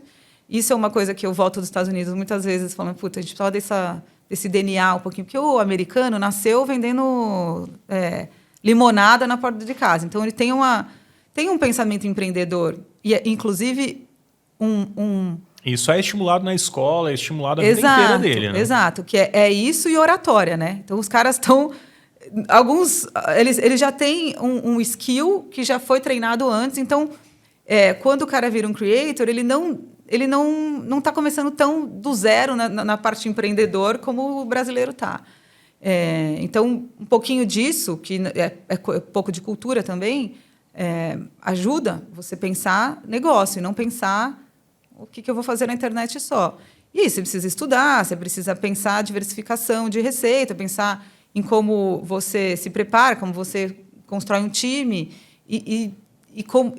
inclusive, entender que isso é como uma startup. Será que é por isso que a gente vê essas planilhas, né, de influenciadores acontecendo no Brasil e não nos Estados Unidos? Ou muito menos nos Estados Unidos? Eu não lembro de ter uma planilha ter sido divulgada nos Estados Unidos, por exemplo. Eles também têm os problemas parecidos, assim, mas é um pouco do que eu li na planilha, é justamente o não me entender como uma empresa. Quando eu vejo lá que não responde no prazo, tem um tanto de culpa do outro lado, tá? Porque assim, não responde no prazo, mas o briefing são 2 horas. Só para deixar claro, assim, eu acho essas planilhas uma temeridade, porque a gente não sabe quem escreve. Sim. Não tem uma apuração, não tem uma checagem. Então, você pode, numa planilha dessa, acusar uma pessoa de qualquer coisa, pelo simples fato de você não gostar da pessoa. Alguém podia... vamos fazer uma planilha de jornalistas, ou de podcasts, ou de colunistas. O Guilherme é horrível, ou o Guilherme fez isso, aquilo. Gente, é muito difícil me defender de uma acusação que eu não sei de onde veio, como surgiu. Eu sei que eu não fiz aquilo, mas a planilha, ela traz uma veracidade que não existe na prática, né? Você acusa uma pessoa de coisas muito graves, às vezes, nessas planilhas. Por sorte, eu nunca vi nenhuma de jornalista. Mas o fato é assim, tem acusações muito graves que não tem checagem e as pessoas, né, partem do princípio de que por estar numa planilha... Tá certo. Aquela coisa do Excel não erra, né? As pessoas, eu acho que isso é levado um pouco para a planilha. Então, eu acho muito, muito perigoso. Mas, ao mesmo tempo, quando tem várias planilhas e alguns temas recorrentes, mesmo que aquilo não seja fato ou realidade, mostra, de certa forma, a maneira que o mercado é percebido, né? Falta muita profissionalização de todos os lados, porque muito do que você vê lá é falta de preparo do 2 horas de briefing antes. Também é cruel com... Ou assim, não segue o roteiro. Então, a gente está falando que o marketing de influência é sobre não ter roteiro, é sobre você deixar ele criar. Teve uma influenciadora que, inclusive, postou isso como positivo. Assim, não adianta mandar roteiro, ela só faz o que quer. E ela fala, cara, esse é o meu valor. Eu faço as coisas que eu acredito, do jeito que eu acredito, porque eu quero que funcione. E eu vou fazer do jeito que eu acho, e não importa se você me mandou um roteiro para eu seguir, a roupa para eu usar e tal. Então, tem um despreparo de todo lado. Mas, especialmente, mesmo, inclusive das agências, de se profissionalizar em todos os sentidos. Em como eu mando briefing, em como eu me relaciono, em como eu me preparo.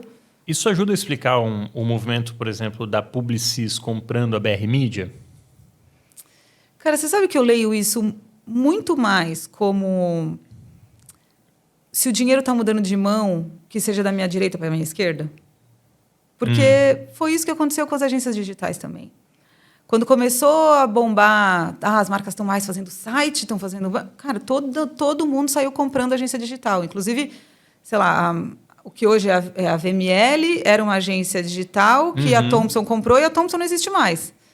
Né? E que a VML hoje é uma agência que faz tudo que também o digital. Então, eu acho que tem um movimento muito dos grandes grupos de consolidando, porque está vendo que o dinheiro está indo para outro lugar. E aí que fique dentro do meu... Né? Tiro de um bolso para o outro. E que ajuda a profissionalizar, com certeza. Não é o caso da BR Media, que já era uma agência bem... Mas ganha uma escala diferente, é um ganha fato. uma escala diferente, ganha. Eu não sei bem como eles vão lidar.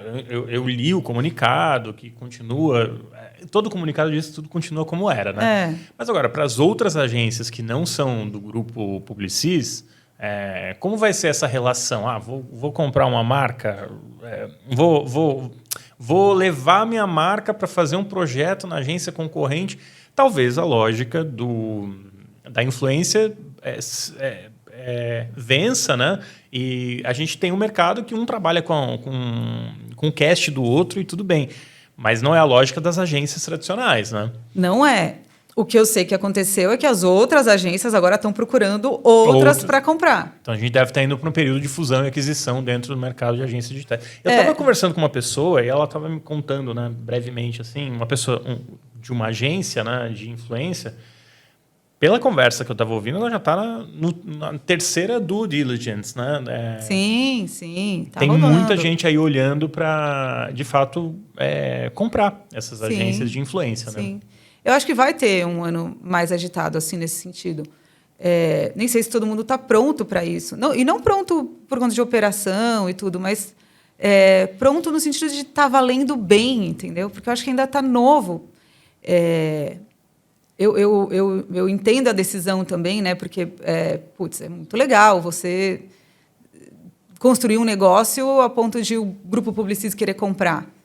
E vem com um discurso convincente, né? A gente tem um back-office, a gente tem cliente tal, aí vai otimizar isso. Mas eu entendo o que você está dizendo. Assim, vender verde ainda, né? Exato. Eu, se fosse comigo, eu não sei se eu...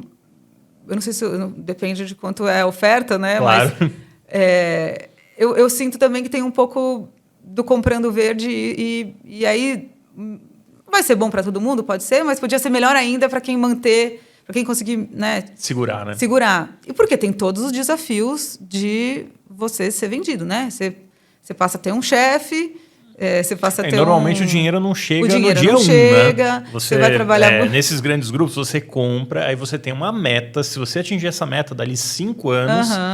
Nesse período você é obrigado a ficar no negócio, muitas vezes você tem que ficar por 5 anos, bater aquela meta. Sim. Se bater a meta, você vai receber, Sim. você vai recebendo aos poucos, né? Aí lá no final você recebe aquele bônus para chegar no valor final, né? E eu passei por uma dessas, 2 vezes isso na agência que eu tinha, que era uma agência de conteúdo. Nesse período em que as agências estavam consolidando outras coisas, então tem que trazer uma agência de conteúdo, um conteúdo para o grupo. E aí passei por 2 vezes por essas due diligence. E nos 2 casos eles disseram, vocês são pequenos demais, come aí feijão com arroz, depois a gente compra. Que foi bom. Por outro lado, eu olhava e falava assim, cara, meu Deus, se vender, estou ferrada. Sério que eu vou ter que trabalhar com essas pessoas aí? Eu olhava, independente do dinheiro, o que fosse, eu pensava, cara, eu vou ter que me forçar para caber, sabe? Tipo... fazer caber numa nova cultura, num outro lugar, num outro tipo, numa outra dinâmica, com menos liberdade. E tendo que entregar um resultado de holding, né? Para holding. Né? E que, inclusive, tem a ver com a sua vida, né? Do como você quer como você encara. Assim, eu empreendo porque eu quero ter liberdade e quero ter controle também da minha vida pessoal. Por mais que eu sei que eu trabalho muito mais do que se eu trabalhasse numa empresa, a empresa é sua. A empresa é minha. Se eu decidir que tudo bem o mês que vem, nós vamos faturar menos, mas todo mundo vai trabalhar menos, porque a gente está... Cara, é uma decisão que eu posso tomar, que eu não tenho que pedir para ninguém. Agora, se eu tiver que entregar um resultado daqui 5 anos, aí, então, assim, também tem a ver muito com sem ter visibilidade do mercado, né? Tem mais essa, porque o nosso negócio depende muito do mercado. Se a maré está subindo, sobe todo mundo. Sim, sim. Mas eu acho que é legal, assim, para o nosso mercado, isso é muito, muito bom, porque dá importância para ele. Por mais que depois, eu não sei como vai ser a vida do Celcinho lá, mas que ele ajudou a botar, a colocar a nossa conversa no mapa da gente grande. Isso é ótimo, né? Aí vamos ver o que vai. Depois a gente vai acompanhar. Vamos chamar ele de novo esse ano para bater um papo no antes e depois. Bom, aliás, parabéns, né, para o Celcinho. Pelo que eu tenho ouvido no mercado, foi um ótimo negócio. Assim. Eu acho que ótimo a gente vai descobrir daqui 5 anos. Daqui 5 anos, se ele estiver no iate, foi um bom negócio, aposentado. Daí mas daqui 5 anos a gente vai descobrir se foi um ótimo negócio. Não sei se são 5 anos, mas normalmente é o tempo padrão. Não, e eu torço para que seja... Assim, eu quero que a gente tenha cases incríveis, entendeu? É isso aí. O nosso é bom para o mercado, né? O mercado inteiro de mídia, quando a gente tem investimento vindo, esse investimento vem de fora também, ele mostra que o mercado está crescendo e é vibrante, é super positivo, né? Rafa, tem alguma coisa que eu não te perguntei que você gostaria de comentar e acrescentar?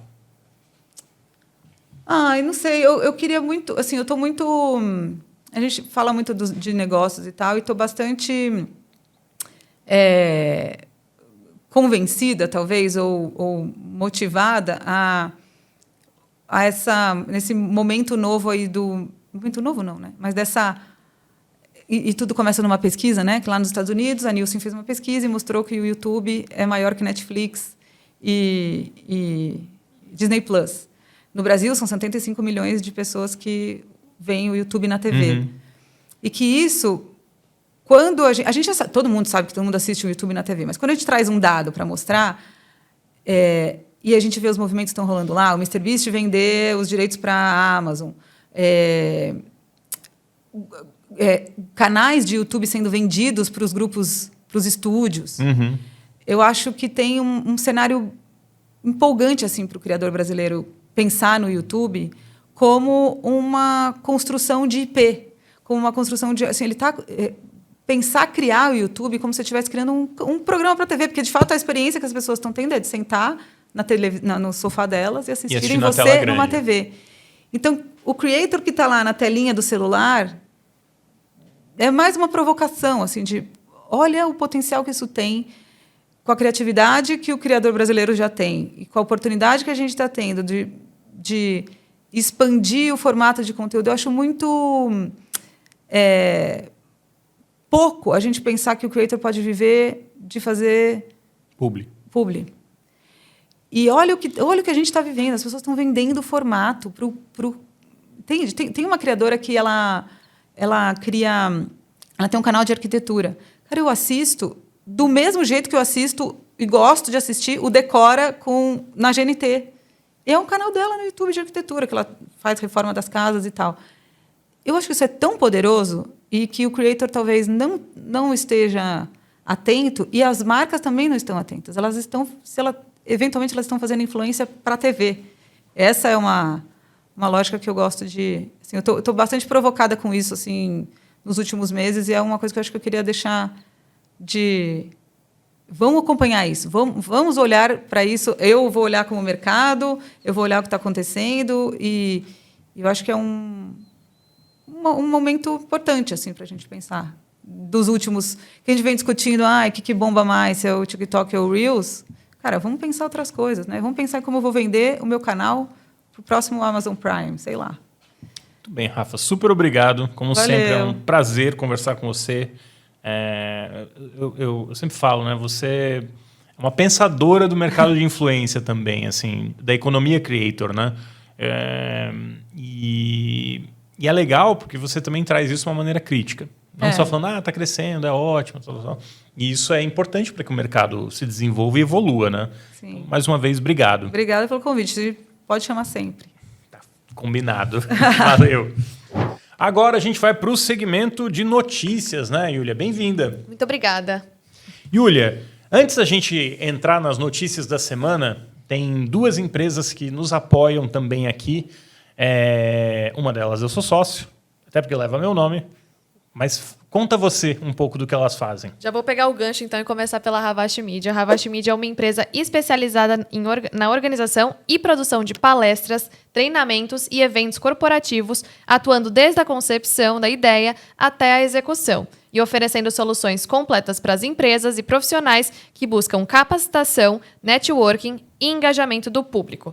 E também aqui, mais uma vez, a gente tem o apoio do Plot B Studio, que é um estúdio de criação dirigido pelo jornalista e roteirista Jackson Bezerra, onde, além de podcasts, são gravados videoaulas, lives interativas e programas de TV em geral, com assessoria técnica e artística. Também aqui tem uma pequena explicação do porquê o nome, né? Então, nos roteiros, a maioria dos filmes e séries, Plot B é um enredo secundário que está na trama para enriquecer a narrativa A. Nos bons filmes e séries, no entanto, o Plot B adiciona à trama camadas extras de complexidade e pode até ganhar vida própria. Um bom exemplo é a história de Saul Goodman, na série Breaking Bad. De tão boa, gerou o spin-off Better Call Saul, tão elogiada quanto a série original. Então, mais uma vez, mais apoiadores. Já emenda aí, já vamos de notícia. Quais as notícias da semana? Então, porque a gente tem o Trump perdendo uma disputa judicial, a gente tem mais sobre IA e a descensurização, nem sei falar essa palavra, né? Mas a falta de censura do ChatGPT cada vez mais deixando ele sem filtro. E vou começar aqui já por uma também de IA, que a Meta AI Studio é a tecnologia que permite criar IA própria, chegou no Brasil no último dia 26 de março e ela permite você customizar e criar sua própria IA. Então, você pode criar tanto para você usar, como até compartilhar com outras pessoas. E é possível criar no site, enfim, no aplicativo, no celular, no próprio computador. Mais um avanço aí de você poder criar, assim, editar sua própria IA. Acho que tem uma questão aí desse avanço, né, das IAs individuais, né, que fica mais claro que empresas que investiram bilhões, né, como o ChatGPT, o Google, para desenvolver IA, talvez tenha muito menos valor para elas do que se imaginava. Porque à medida que a IA era antes limitada a essas grandes empresas que investiam bilhões, o DeepSeek mudou, né, a ferramenta chinesa mudou essa lógica ao mostrar que por muito menos dinheiro, e aqui não vou entrar na discussão se foi copiado ou não, se o DeepSeek copiou o ChatGPT ou não, mas o fato é que por muito menos dinheiro é possível você criar IAs que são muito competitivas, né? Eu acho que a discussão da propriedade intelectual, inclusive é tema de uma coluna que eu publiquei essa semana no Valor, a discussão da propriedade intelectual, ela é inescapável. Seja pelo desenvolvimento de modelos de IA, porque era muito fácil para as big techs falar que o conteúdo do autor não tinha valor, não agregava valor, enquanto isso não era o código da IA. Mas o que a gente percebe agora é que o código da IA está sendo popularizado e também copiado, né? Então isso reduz valor. Acho que discussão de propriedade intelectual é inescapável e essa notícia, de alguma maneira, conecta com esse dilema que a gente vai viver cada vez mais no mercado de IA. E agora trazendo aquela notícia que o Trump comprou novamente o X, né? Se é que isso é possível, porque agora o XAI comprou, integrou... O Musk comprou, né? O Musk, falei. Você falou o Trump. Desculpa, falei, já tô confundindo. Ele já tem uma rede social lá, Truth. Não, desculpa. Já estou emendando na próxima notícia. O Trump ainda tem não. uma rede social dele, o Truth. Mas o ainda X não. foi comprado pelo Elon Musk, que já era dele, por isso mesmo a forma de falar, né? Porque, na verdade, uma outra empresa dele, a XAI, comprou o X.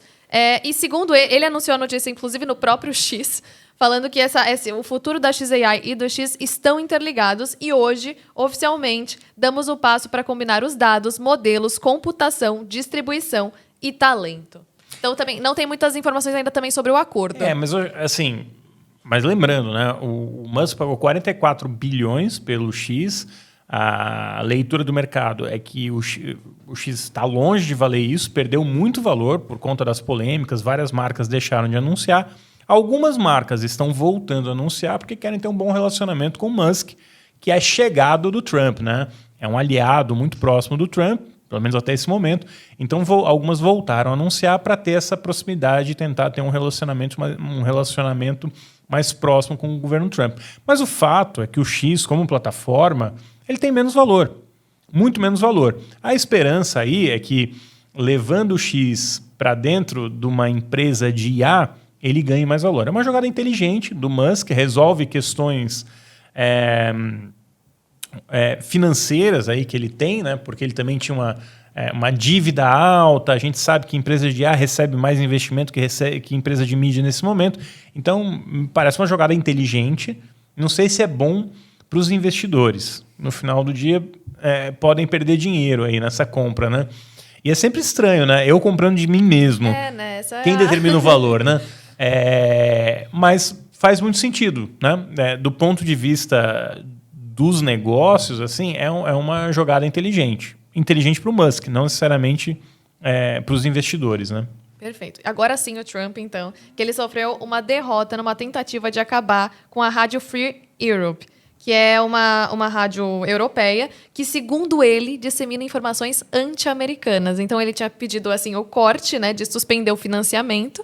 E, só para dar aqui, um juiz determinou que isso não é possível e ainda falou que ele precisa liberar 7,46 milhões de dólares. Então, ele queria romper esse contrato e não foi permitido. Historicamente, o governo americano, ele paga, né? Ele tem operações de rádio. Aqui no Brasil, a gente tem TV pública, né? Nos Estados Unidos, tem algumas organizações que recebem investimento do governo americano para defender a liberdade, né, no mundo inteiro. É o soft power, né? Usar a influência americana, a ideologia americana, com rádio, com atrações pelo mundo inteiro. E o Trump, né, muitas vezes é atacado por esses veículos porque eles são independentes. Atacado é modo de dizer, né? Ele se sente atacado. Esses veículos às vezes falam coisas que para muitas pessoas podem parecer óbvias, né? Mas enfim, o fato é, o Trump tentou tirar o dinheiro dessas instituições, mas elas foram para a justiça e a justiça tem dado a vitória para essas organizações, por uma razão simples. Está na lei que elas têm que receber o dinheiro. Então, o que os juízes estão determinando é que a lei seja cumprida. Qual o problema disso? Tem uma rixa ou tem um confronto cada vez maior do governo Trump com a justiça americana. E isso tem consequências muito duras, assim, né? Ou muito perigosas para a democracia. Porque o Estado de Direito, né, respeitar as instituições serem respeitadas, é uma premissa da democracia. E isso fica em risco à medida que o Trump ataque as decisões dos juízes. Assim, se você não concorda com a decisão de um juiz, você vai para outra instância, né?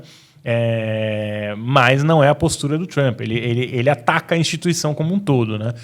Enfim, então é uma conversa muito perigosa que não acontece esse problema só nos Estados Unidos. A gente já viu em diversos lugares, inclusive no Brasil. Mas, concordemos ou não com a decisão, as instituições devem ser respeitadas, né? Numa democracia. E até concordando com o que você falou, os defensores da liberdade de imprensa consideraram uma vitória, né? Essa decisão da justiça, então faz todo sentido. E aí provavelmente, nessa semana, você já deve ter sido impactado com aquelas novas imagens que o pessoal está compartilhando nas redes sociais, criadas a partir do ChatGPT. E isso, sim, foi um lançamento da OpenAI, que possibilitou criar imagens no estilo do estúdio Ghibli, né? Uhum. Que é um estúdio de animação japonês. Porém, teve mais coisa por trás disso, que aí não foi muito comentado pela mídia, e é isso que a gente está trazendo aqui, que ao mesmo tempo que eles estão fazendo isso, eles estão tirando as políticas de moderação dessa rede. Então, mais um caminhar assim na direção de descensurar o ChatGPT, que permite tirar agora... a censura do ChatGPT. Exato. Agora. Então, se você fizer esse teste com imagem, agora ele consegue, mediante solicitação, gerar imagens retratando figuras públicas, símbolos de ódio e características raciais. É super complicado, né? Porque tem várias... esse novo recurso do ChatGPT tem várias camadas, né? Uma que chama a minha atenção, assim, particularmente, é a questão do direito autoral. Você não pode proteger estilos. O direito autoral não protege um estilo, por exemplo. Então, o estilo do estúdio Ghibli não é protegido, né? Que são os mangás japoneses, super tradicional. Mas, ao mesmo tempo que você não protege um estilo, que o direito autoral não protege, e por que ele não protege? A lógica, assim, imagina se eu invento, se eu sou dono do estilo sertanejo. Se, porventura, eu tenho a patente do estilo sertanejo. Eu vou impedir diversas pessoas Eu posso impedir diversas pessoas de também se manifestarem. Então, o direito ele tenta equilibrar, né, o uso individual, né, a criação individual, com o uso coletivo. E isso funcionou bem até aqui, mas a IA ela muda completamente essa lógica. Quando eu pego o conteúdo do Estúdio Ghibli, quando eu pego uma linguagem que é tão notória e faço com que qualquer um possa fazer isso de uma maneira muito barata, qual o valor que eu estou tirando desse produtor de conteúdo? Quando eu tenho um artista que assina uma obra, quando eu tenho um artista que tem um estilo característico e eu reproduzo esse conteúdo dele massivamente, eu não coloco em risco a sobrevivência desse artista. Então tem uma série de discussões muito difíceis com que a IA traz para a gente e não tem uma resposta fácil. Mas necessariamente passa por regulação, né? A gente vai partir do princípio que não tem mais estilo dentro de IA e a IA pode se apropriar disso. É possível, talvez seja uma decisão coletiva da sociedade. Agora, o incentivo para que existam empresas como o Estúdio Ghibli despenca e o valor dessas empresas também despenca. E a gente tem que entender que toda ação tem uma reação. Então, acho que isso o que o recurso da OpenAI mostra é que tem uma intensificação dessa conversa, mas pode notar, sempre que essas conversas surgem, né, também, por outro lado, eles dão um passinho a mais ali de alguma coisa que não podia até tempos atrás. Então, eles diminuem a regulação da plataforma, diminuem a autocensura ali do ChatGPT, possivelmente para, no meio do ruído, mover mais um passo ali na direção que eles querem. É um pouco da sensação que eu tenho.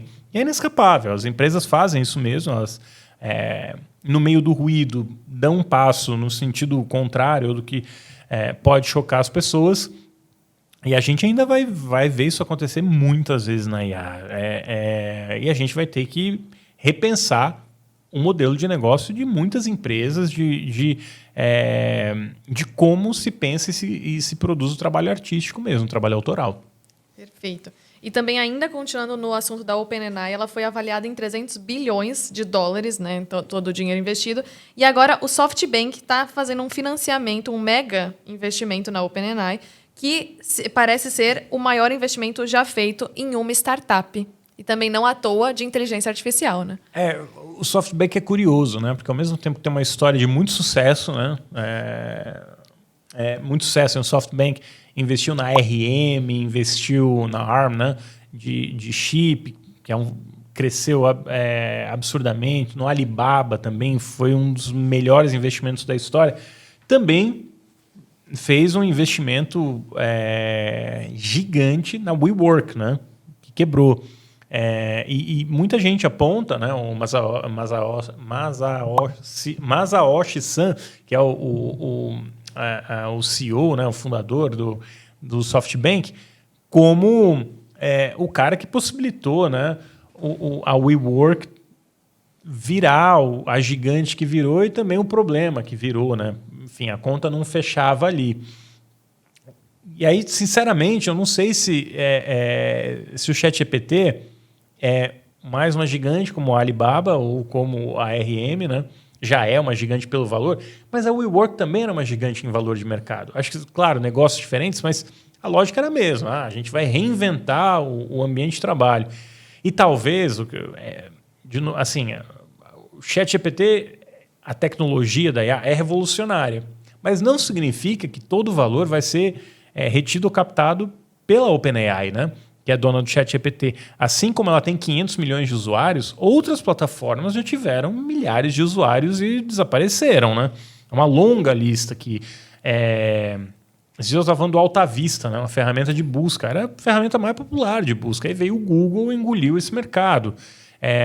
Não, eles dizem até aqui na matéria, né, que a esperança com esse investimento é que ela seja líder no mercado de IA. E aqui a gente já falou inúmeras vezes, inclusive hoje, do DeepSeek, como ele mudou essa estrutura. Exatamente. Então, assim, é uma aposta que não é certa.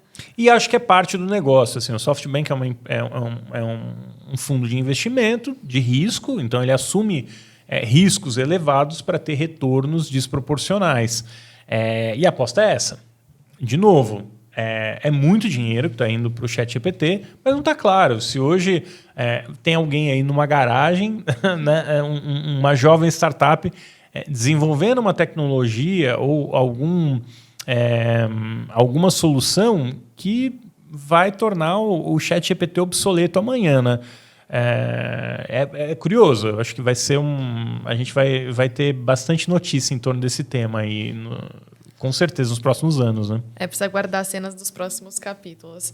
Mas, por enquanto, então, trazendo a nossa última notícia de hoje, que a maioria das empresas brasileiras deve aumentar os investimentos em mídia paga neste ano, então, 2025. 51,7% delas planejam ampliar os investimentos nesse canal e a principal razão do movimento são os resultados do ROI. Então, também até aproveitando que a gente falou muito disso com o Mailson Dutra, tem aí o episódio, então quem quiser assistir também a gente deixa o link. Muito legal a conversa, né? Para saber um pouquinho mais sobre ROI, como ele funciona, como funcionam as métricas, por que ele é importante, por que tem que ir além do ROI, a gente falou sobre tudo isso. Mas aí trazendo então esse investimento das empresas em mídia paga. Agora, diz por que as empresas estão investindo mais, a reportagem? Então, ele só justifica que é por conta dos resultados do ROI. Porque estão tendo mais ROI, investe mais. O ROI é maior, aumenta o ROI quando você investe em mídia paga. Eu confesso que eu não vi essa pesquisa, mas eu sempre fico curioso com a metodologia, né? Porque a Rafa Lotto, né? Uhum. Que teve aqui, a gente já falando de Brastemp. Cara, todo mundo conhece Brastemp. Agora, qual foi a última campanha de Brastemp que você viu, que você lembra? Eu lembro de Brastemp da minha infância e de anos atrás. Até hoje, quando eu vou fazer uma compra, né, tem o Mental Availability, tá na minha cabeça a marca, né? Ela está disponível no meu inconsciente, assim, né? Então, na minha cabeça. Então, até que ponto, quando eu falo que fazer uma campanha para Brastemp, botar mais mídia paga no ponto de venda ou no retail, move a venda, até que ponto isso não é porque isso foi construído no passado, porque isso é poderoso, né? Hoje, talvez eu tenha uma marca chinesa, que as marcas chinesas têm crescido muito, investindo em mídia, investindo em construção de marca, que talvez me convença a comprar a marca chinesa, não comprar uma Brastemp. Eu comprei, quando eu voltei para o Brasil agora, no passado, eu comprei marcas. Nenhuma marca na minha cozinha é Brastemp. Nada contra a Brastemp. Mas no discurso mais recente, não foi a marca que me ganhou, assim. E aí eu não sei falar em share, mas olhando o mercado, eu vejo a Electrolux muito presente em uma série de ações, né? Evento, tem Casa Electrolux, tem uma série de ativações e me parece, né, que é uma marca muito mais disponível na cabeça das pessoas hoje em dia. Quando eu fui conversar com as pessoas, que você acha que eu compro, tal, várias pessoas falaram Electrolux, porque é a mais bonita. Não sei até que ponto isso é construção de marca e isso é investimento em retail, entendeu? Acho que a mídia paga é super importante, óbvio, né? Mas eu também tenho a impressão que muito dessa mídia paga é naquela mídia de botar anúncio no site da Amazon, botar anúncio no Mercado Livre, que funciona, mas tem toda uma construção de marca que é importante na hora de você comprar. E quando você mede a pesquisa, eu estou botando mais dinheiro aqui na reta final, né? No último clique. Eu entendo a lógica, mas a gente observando marcas tradicionais, aí, o que elas têm perdido de espaço no mercado, Eu acho que isso é muito questionável, até que ponto é eficiente. De novo, uma coisa não impede a outra. Mas, assim, só dinheiro em último clique provavelmente não é a melhor medida. Você precisa de construção de marca. Toda pesquisa mostra, muito mais fácil você vender quando tem construção de marca do que quando não tem construção de marca. Quase todas as mídias são assim, né? Você precisa jogar ali dos dois lados. Não tem como só pensar na venda, nem só na construção de marca. Exatamente. É isso. Muito bem. Júlia, obrigado. Posso só aproveitar Pode. para falar aqui? Então, gente, a gente está disponível aqui no YouTube, obviamente, você está assistindo, mas a gente também está no Spotify, Deezer, Apple Podcasts, Amazon Music, Pocket Casts, Podcast Addict e Player FM. Não, se a pessoa der um Google em Ravache Pod, vai achar em algum lugar. Já vai achar, né? Acha em todos os lugares. Mas é só para aproveitar aqui, então deixar registrado também. Algumas pessoas me cobraram assim, eu procurei na plataforma tal e não achei. Eu falei, cara, mas são umas 20 plataformas. Aí a gente tinha uma ferramenta para conseguir subir isso tudo de uma vez nas plataformas. Então, acho que a gente resolveu o problema. Se, por um acaso, tiver algum lugar que você procurou, não achou, gostaria que tivesse, avisa, a gente tenta encontrar aqui também. A gente vai atrás. Bom, vou deixar ainda o convite para seguir o perfil no LinkedIn. A gente posta bastante conteúdo lá. Tem um plano aí da gente começar a fazer lives lá no LinkedIn em algum momento. A estrutura aqui do estúdio permite e acho que vai ser convidado topando, né? A gente faz. E vai ter um outro ponto que a gente está avaliando ainda, que além do LinkedIn é também fazer em outras redes sociais e talvez dividir o formato aqui. Isso seria bom as pessoas darem opinião. Se elas querem ouvir o notícias separado de entrevista ou se está legal no formato tudo junto, curioso para ouvir o feedback. E as pessoas, de fato, comentam. Eu fico bem feliz assim, com as interações. A comunidade aqui é bem presente. Muito bem. Encerrando por hoje. Júlia, obrigado. Obrigada. Muito obrigado aí você que acompanhou até aqui. Muito feliz, né, de reter a atenção das pessoas por esse tempo. E até a próxima.